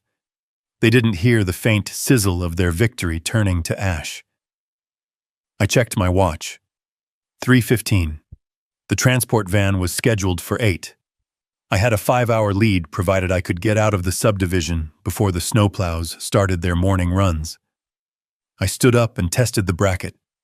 I pushed against the door with my shoulder. The wood groaned. It was soft, pulpy, compromised. I needed one sharp, decisive force. I wrapped a thick towel around my shoulder to muffle the sound. I took a deep breath, filling my lungs with the stale air of my prison. I thought about the soup. I thought about the blue vial. I thought about the way Todd had looked at me when he said I wouldn't need my pills anymore. I threw my weight against the door. There was a wet crunch, a sound like a tree branch snapping in a storm. The screws pulled free from the dissolved wood, taking chunks of black sludge with them. The door swung open. I didn't step out immediately. I froze, listening. The house settled. The refrigerator hummed downstairs. No footsteps. No shouts. The silence held. I grabbed my go bag from under the floorboard. It was light, efficient. I put on my heavy coat, my hat, and my gloves. I took one last look at the room. I looked at the bed where I had slept for 30 years, the place where I had mourned my wife, the place where I had decided to save myself. I would never see this room again. Good. It was a crime scene now. I stepped into the hallway. The floorboards were treacherous, prone to creaking, but I knew every inch of this house. I knew where to step. I hugged the wall, moving like a shadow. I reached the top of the stairs and looked down into the foyer. The streetlights outside cast long, skeletal shadows through the transom window. I descended slowly, one hand hovering over the rail, but not touching it. I didn't want to leave any more prints than necessary, even though I knew the house was already covered in the UV powder I had spread earlier. I reached the bottom floor. The living room was to my left. I couldn't resist. I crept to the doorway and looked in. Todd was indeed on the sofa, his mouth open, snoring softly. Rebecca was curled up in the armchair, wrapped in a blanket. The air smelled of alcohol and triumph. On the coffee table, illuminated by the standby light of the television, was the pink slip, the emergency guardianship paper, the key to my shackles. I walked over to the table. I moved with the silence of a ghost. I reached out and picked up the paper. Dr. Evans's signature was scrawled at the bottom in the blue ink of the pen I had lent him. I looked at it closely. The lines were already starting to fade, the chemical composition of the ink reacting with the air breaking down the pigment. By the time they presented this to a judge, it would be a blank page, a ghost document for a ghost prisoner. I placed the paper back on the table exactly where it had been. I wanted them to wake up to it. I wanted them to grab it in the morning rush to the van and hand over a piece of nothing. I walked to the back door. The front door was too loud, too exposed. The sliding glass door in the kitchen led to the garden, to the trellis I had climbed earlier, to the alleyway. I unlocked it. The mechanism clicked, a sharp sound in the quiet kitchen. Todd snorted in his sleep and shifted. I froze. He mumbled something unintelligible and settled back down. I slid the door open. The cold hit me like a physical blow, a wall of ice and wind. It was 20 degrees below zero with the wind chill. Chicago in February is not a place for the old or the weak, but I wasn't weak. I stepped out into the snow. I closed the door behind me. I was out. The wind tore at my coat, trying to push me back, but I lowered my head and walked. The snow was deep, drifting against the fence. I trudged through it, my breath pluming in white clouds before me. I made my way to the alley, the service road that ran behind the properties. It was plowed but icy. I didn't take my car. The garage door opener would wake them. The engine noise would be a siren. I had to walk. I had to walk 2 miles to the 24-hour diner on the main road where I could call a car. The walk was a brutal physical ordeal. My knees ached. The cold seeped through my boots, numbing my toes. My face went numb. Every step was a battle against the instinct to lie down, to rest, to surrender to the freeze. But I kept moving. I marched to the rhythm of my anger. Left, right, left, right. They wanted me dead. Left, right. They wanted my money. Left, right. I reached the diner 40 minutes later. I was shivering uncontrollably, my eyebrows frosted with ice. I stumbled inside. The warmth was painful as it hit my frozen skin. The waitress, a tired woman with kind eyes, looked up from the counter. "Honey, you look like you walked out of a freezer," she said. "My car broke down," I lied, my teeth chattering. "Just need coffee and a phone."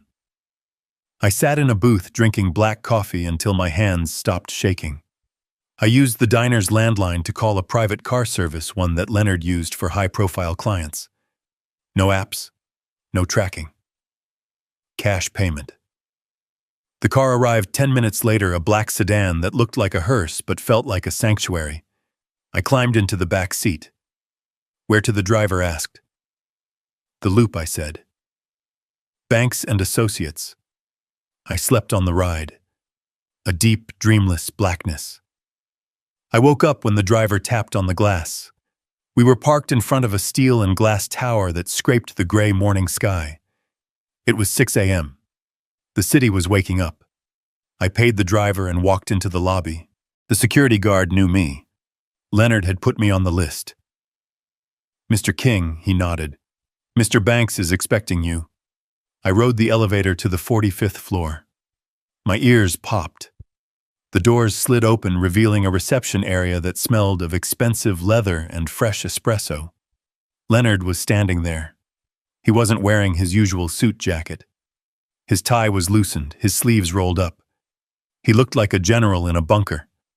He walked over and gripped my hand. His grip was firm, grounding. "You made it," he said. I pulled the go bag off my shoulder and dropped it on the floor. "I made it," I said. But the house didn't.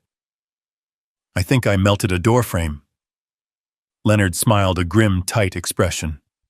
"Small price to pay. Come in. The war room is ready." We walked into his corner office. The view of Lake Michigan was breathtaking, a vast expanse of frozen gray water. But the real view was on the conference table. It was covered in files, hard drives, and monitors. 2 junior associates were typing furiously on laptops. Leonard pulled out a chair for me. "Sit. Eat. We have work to do." He pushed a plate of pastries and a fresh coffee toward me. I ate, famished. I hadn't realized how hungry I was. While I ate, Leonard briefed me. "The assets are frozen," he said. "We got the notification at 3 a.m. Todd tried to access the Cayman account online. It triggered the trap. We have his IP address. We have the login attempt recorded." "Good," I said, wiping crumbs from my mouth. "What about the doctor?" Leonard picked up a file. "Dr. Evans.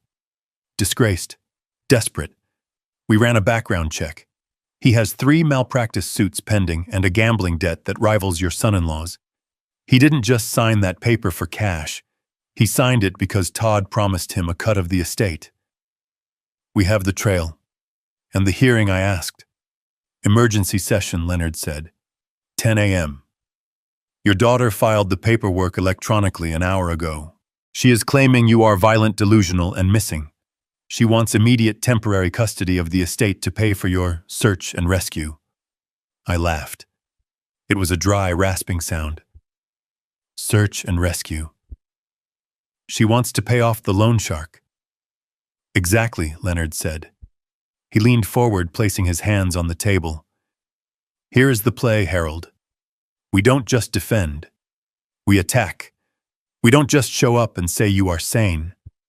We walk in there and we drop the guillotine." I reached into my coat pocket. I pulled out the tissue with the blue vial. I placed it on the mahogany table. "Analyze this," I said. "There is still a drop left." Leonard looked at the vial. He didn't touch it.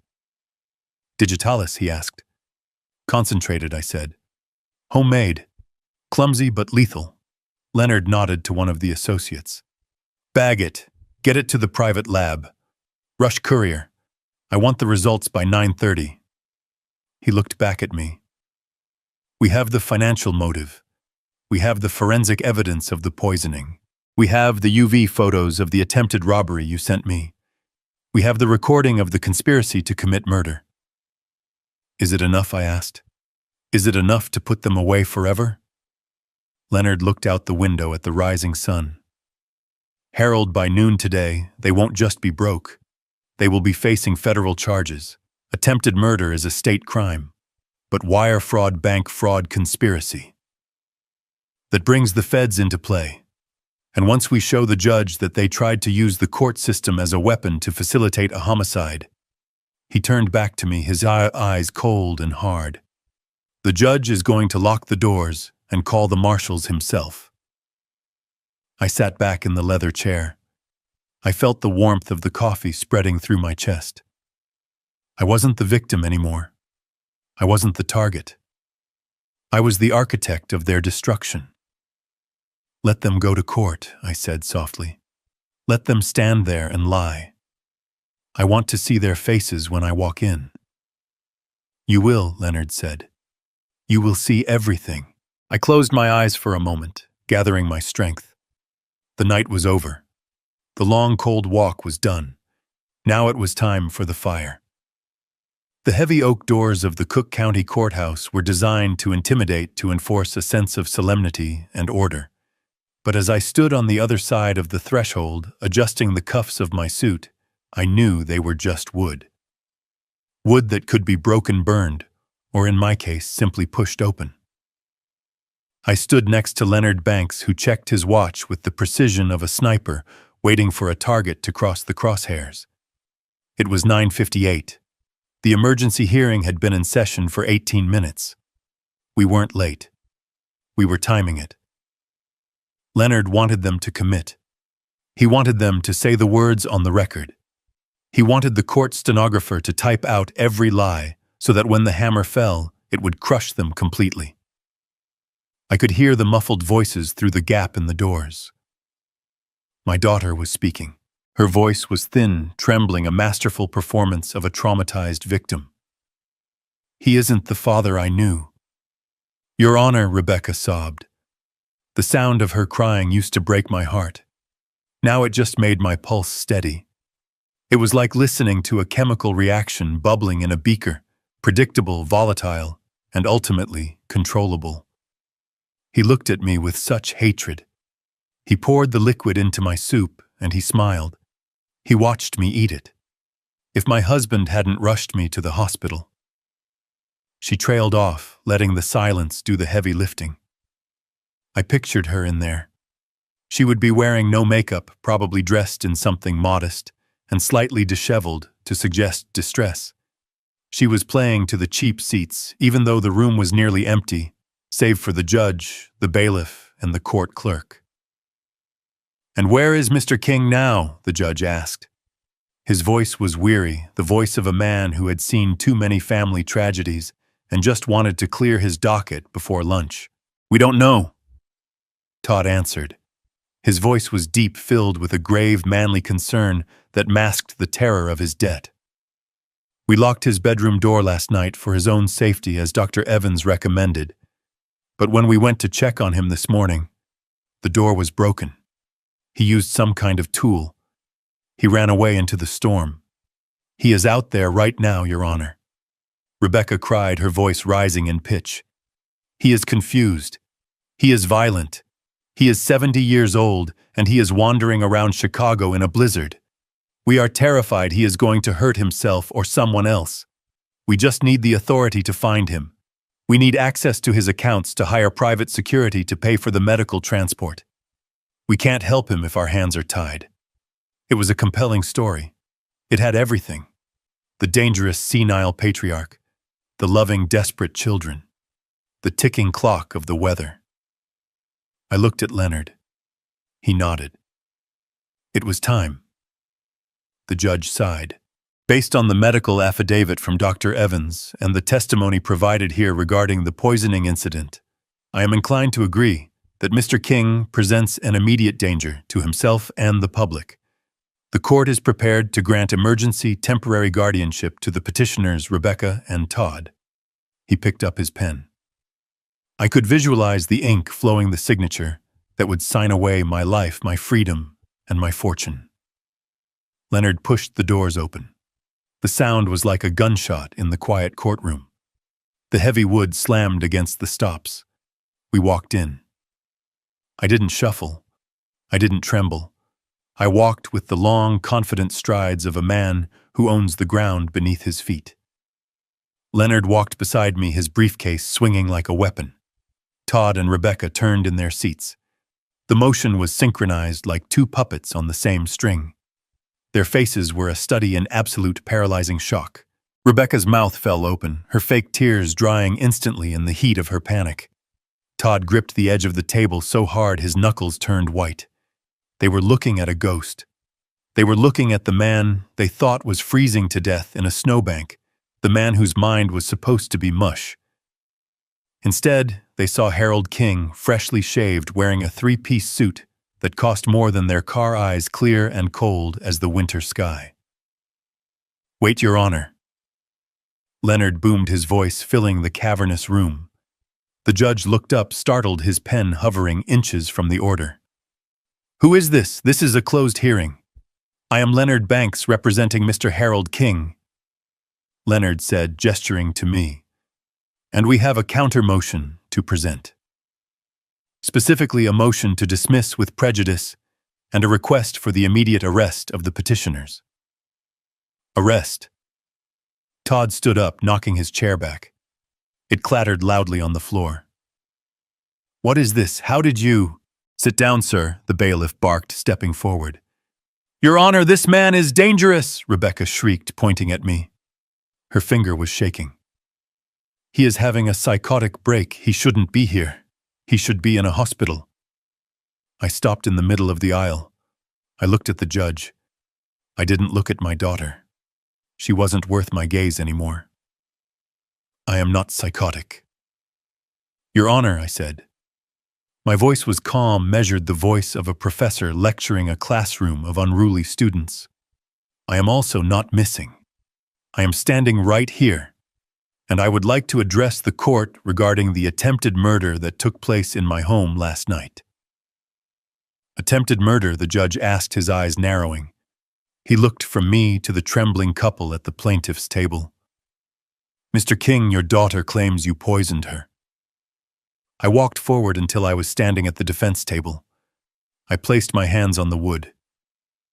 She claims a lot of things, Your Honor, I said. She claims I am senile. She claims I am poor. She claims she loves me. All of them are lies. Todd was sweating profusely now. I could smell it from 5 feet away. He looked at the judge, his eyes wide and desperate. He is lying. He is making this up. Look at the doctor's report. Dr. Evans said— Leonard stepped forward and slapped a thick file onto the judge's bench. Dr. Evans has lost his medical license in 3 states, Your Honor, Leonard said smoothly. And as of an hour ago, he is currently in police custody for writing fraudulent prescriptions. We also have the bank records showing a cash withdrawal of $5,000 from Todd Miller's account. Yesterday, money that was handed to Dr. Evans just before he signed that affidavit. Todd made a choking sound. Rebecca looked at him, horror dawning on her face. That is circumstantial, Todd yelled. You can't prove that. We can prove a lot more than that, I said softly. I reached into my pocket and pulled out a flash drive. I held it up. It caught the light of the courtroom chandeliers. Your Honor, I said. This drive contains audio recordings made in my home over the last 48 hours. It contains my son-in-law admitting to debts owed to illegal lenders. It contains my daughter expressing regret that the poison she put in my soup didn't kill me fast enough. And it contains video footage from last night of these 2 people trying to break into my safe with a tire iron while they thought I was asleep. Rebecca let out a wail, a sound of pure animal fear. No, that is illegal.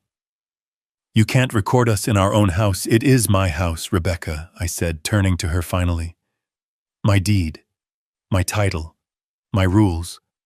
And in Illinois, recording a crime in progress to protect one's life falls under a very specific set of exceptions. The judge picked up the file Leonard had put down. He opened it. He looked at the photos of the glowing handprints on the safe.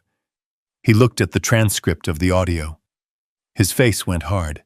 He looked at Todd and Rebecca with the cold detachment of the law. Bailiff the judge said, his voice quiet and dangerous. Lock the doors. Todd scrambled. He actually tried to run.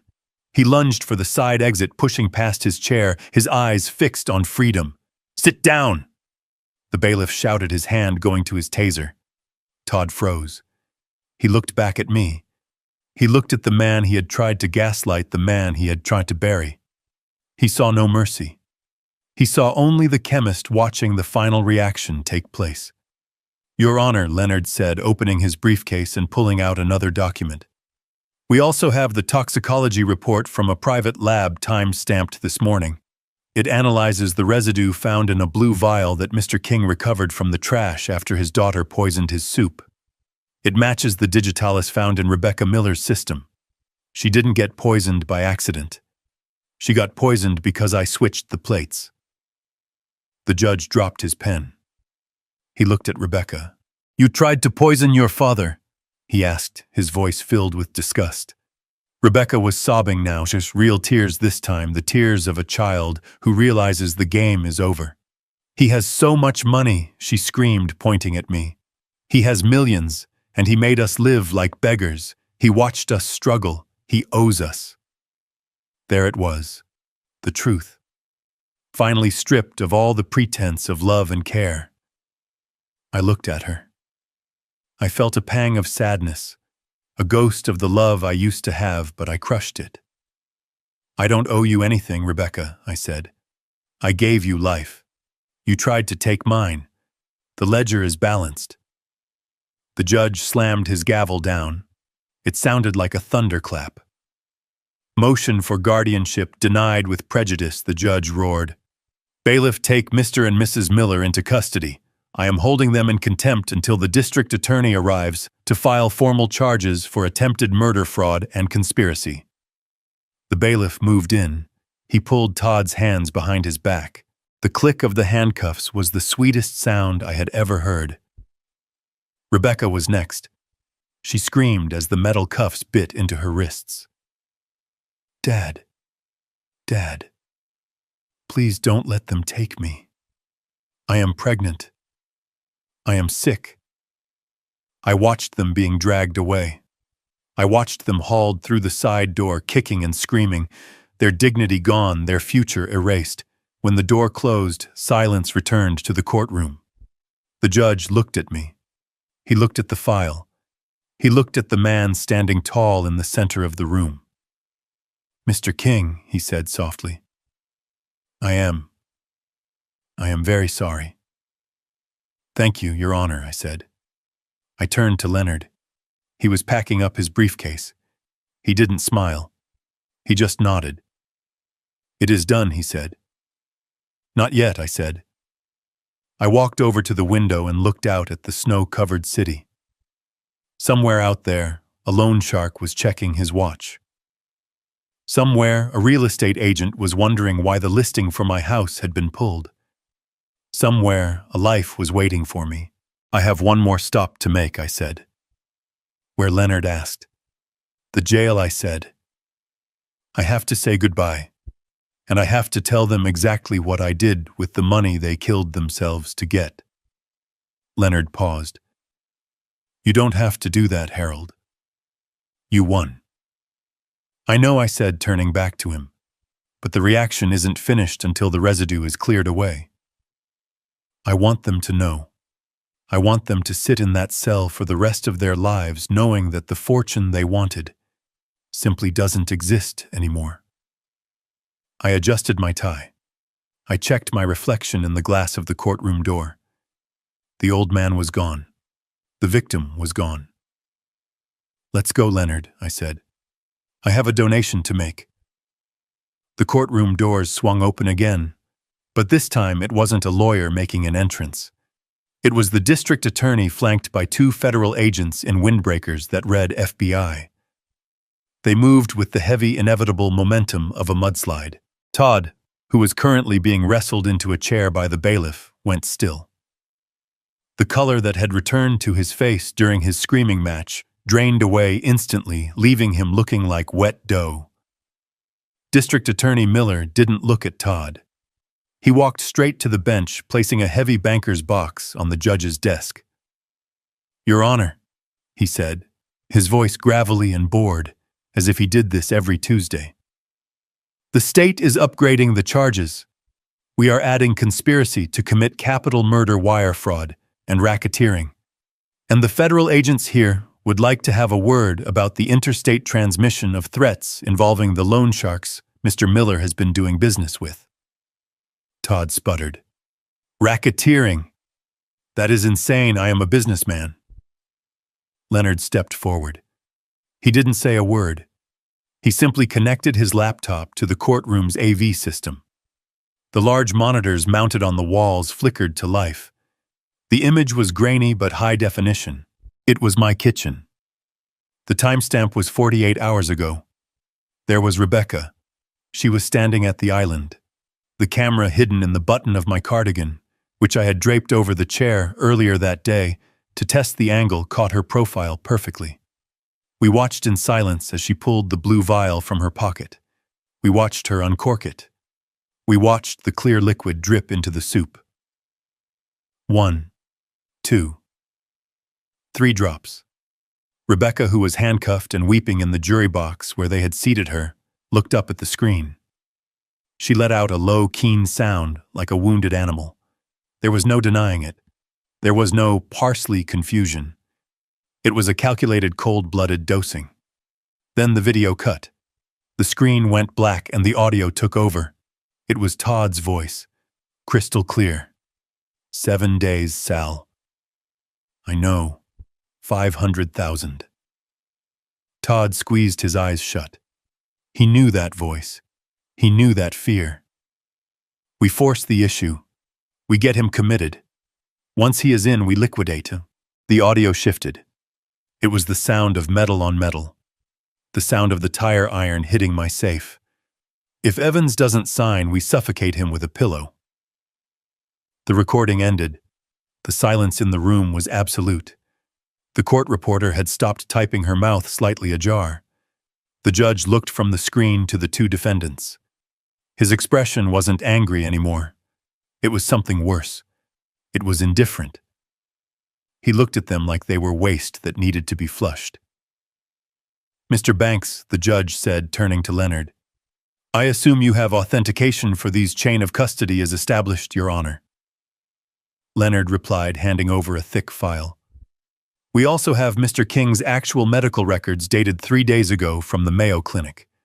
He underwent a full neurological workup. He handed the file to the judge. MRI cognitive testing blood work, Leonard listed. His brain function is in the 99th percentile for his age. He isn't senile. Your Honor, he is probably sharper than anyone in this room. The judge flipped through the pages. He looked at the fake report Dr. Evans had signed, then at the real one. He closed the folder with a snap. This is a circus, he muttered. He looked at the federal agents. They are all yours. The agents moved in. They didn't use the standard handcuffs. They used the heavy transport chains, the ones that link your waist to your ankles. The sound of the heavy steel ratcheting shut was final. Clack, clack, clack. Todd tried to stand up to make one last speech, one last desperate attempt to spin the narrative. He set us up, Todd shouted, spit flying. It was entrapment. He wanted us to do it. He left the door open. He is the criminal. One of the agents simply pushed him down, not gently. You have the right to remain silent, the agent said, his voice devoid of emotion. I suggest you start using it right now, Mr. Miller, before you talk your way into the electric chair. Rebecca wasn't screaming anymore. She was catatonic. She stared at me as they hauled her up. Her eyes were empty black holes in a pale face. She looked at my suit. She looked at Leonard. She looked at the freedom I still possessed. Why, she whispered. It was a single word carrying the weight of a lifetime of entitlement. Because you broke the contract, Rebecca, I said softly, my voice carrying across the room. Parents take care of children. Children cherish parents. You mistook care for weakness, and you mistook my silence for stupidity. The agents hauled them toward the rear exit. The heavy doors opened, revealing a hallway lined with press. The flashbulbs popped like lightning, illuminating their shame in strobing bursts of white light. I watched them go. I watched the backs of their heads, the slump of their shoulders. I didn't feel joy. I didn't feel triumph. I felt a heavy, clean sense of completion, like washing a beaker after a long, dangerous experiment. The toxic elements were removed. The lab was safe. The judge banged his gavel, dismissing the session. Leonard began unplugging his laptop. That went well, he said, closing the lid. I looked at the blank screen where my daughter's crime had just played out. It went exactly as calculated, I said. I buttoned my jacket. I checked my reflection in the monitor. The man looking back was tired, yes, but he was free. and he had a promise to keep. "Come on, Leonard," I said, turning away from the empty defendant's table. "Let's go to the jail. I want them to hear the rest of the story. I want them to know where the money went, and then I want to buy a map. I hear Arizona is beautiful this time of year." The visiting room smelled of bleach and stale desperation, a scent that clung to the cinder block walls and the scratched plexiglass barrier. I sat on the metal stool, my posture upright, my hands folded calmly on the ledge. On the other side of the glass, Rebecca was led in by a guard. She looked like a stranger. The arrogant woman who had sneered at me in my own kitchen was gone, replaced by a haggard figure in a bright orange jumpsuit. Her hair matted, her eyes swollen and red. She sat down and snatched the phone receiver from the cradle, her movements jerky and frantic. "Dad!" she screamed into the receiver, her voice tinny and distorted. "You have to get me out of here. You have to pay for a lawyer. The public defender is useless. They are talking about 20 years, Dad. 20 years. I picked up my receiver slowly. I didn't speak immediately. I just watched her. I studied her face, looking for a trace of the little girl I used to read to sleep, but all I saw was the woman who had wished for my death because I was taking up space. "Don't just sit there," she shrieked, slamming her hand against the glass. "Todd told me about the patent. He told me about the money. You have $15 million hidden away. You have been hoarding it while we struggled. Use it. Get me a real attorney, and I will sign whatever you want. I will go away. Just get me out." I leaned forward. My voice was soft, steady, and cold as liquid nitrogen. "I don't have $15 million, Rebecca." She froze. Her eyes darted back and forth, searching my face for the lie. What she whispered. "You are lying." Todd saw the files. The lawyer said, "I had $15 million, I corrected her. Past tense. As of 9 this morning, the Harold King estate has been fully liquidated. I reached into the breast pocket of my suit and pulled out a folded document. I pressed it flat against the glass so she could read the bold print. It was a receipt. A transfer confirmation. $15 million, I read aloud, savoring every syllable. Donated in full. Half to the National Center for Responsible Gaming to help people like your husband. And half to the Elder Justice Coalition to protect people like me from people like you." Rebecca stared at the paper. Her mouth opened, but no sound came out. She read the numbers. She saw the zeros. She saw the date. Today. "You gave it away," she choked out. "You gave it all away. Every penny I said. I sold the house to a developer an hour ago. The keys are gone. The accounts are closed. There is no inheritance, Rebecca. There is no bail money. There is no golden parachute. You wanted the money so badly, you were willing to kill for it. Now the money is gone. And you are still here." The realization hit her like a physical blow. She slumped against the ledge, sliding down until her face was level with the counter. "Why," she sobbed. "Why would you do this? Because you broke the heart of the only person who would have saved you," I said. "You chose the money over the father. Now you have neither." She started to scream, then a raw, primal sound of hatred and loss. "I hate you. I hope you die alone. I hope you rot in hell." I stood up. I hung the receiver back in its cradle, cutting off her voice. I looked at her one last time. She was mouthing curses, pounding on the glass. But to me, she was just a silent movie, a tragedy I had already finished watching. I turned and walked out of the room. The heavy steel door clanged shut behind me, sealing the tomb I had built for them. Outside, the air was crisp and cold, the sun reflecting off the snowdrifts. Leonard was waiting at the curb. He wasn't standing next to a sedan. He was leaning against the side of a 45-foot luxury RV, a silver Leviathan, that gleamed in the winter light. It was brand new, fully loaded, and paid for with the only money I had kept, the cash from the sale of my old sedan and the contents of my checking account. Leonard handed me a set of keys and a thick envelope. "The transfer is complete," he said. "You are officially a man of modest means, Harold. The charities are ecstatic." "Let them be," I said, taking the keys. "It is better used than it would have gotten in this family." I shook Leonard's hand. "Thank you, my friend, for believing me." I climbed into the driver's seat. It sat high above the road. The windshield was a panoramic view of a world I had ignored for too long. I smelled the new leather. I felt the hum of the engine as I turned the key. It was a deep, powerful growl. I looked at the passenger seat. It was empty. There was no one to navigate, no one to complain about the heat, just a map of the American Southwest and a travel mug of black coffee. I reached into my pocket and pulled out my phone. It was vibrating. A call from the county jail. Rebecca trying to claw her way back in.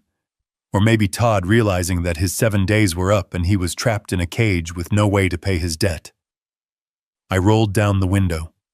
I popped the back off the phone and pulled out the SIM card. It was a tiny piece of plastic that connected me to a life of lies and betrayal.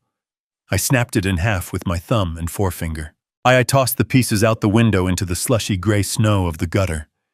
I put the RV in gear. I didn't check the rearview mirror. I didn't look back at the skyline of Chicago, the city where I had raised a daughter and buried a wife and survived a murder.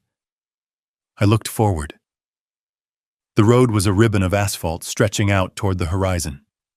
I turned on the radio. Classic rock filled the cabin. I pressed the gas pedal. The RV surged forward, leaving the jail, the court, and the wreckage of my family behind. I was 69 years old. I had no home. I had no children.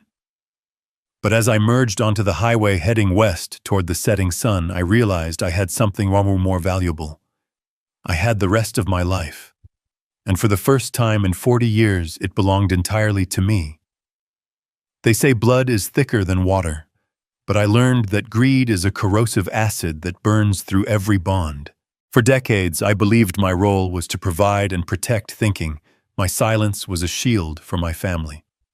In reality, it was the blindfold they used to lead me to the slaughter. True wealth isn't the millions in the bank. It is the clarity to see people for who they truly are, not who you wish them to be. If you are sitting at a table where respect is no longer served, have the courage to walk away before you are forced to switch the plates. If you have ever had to make the hard choice to cut off a toxic family member to save yourself, tell me your story in the comments below.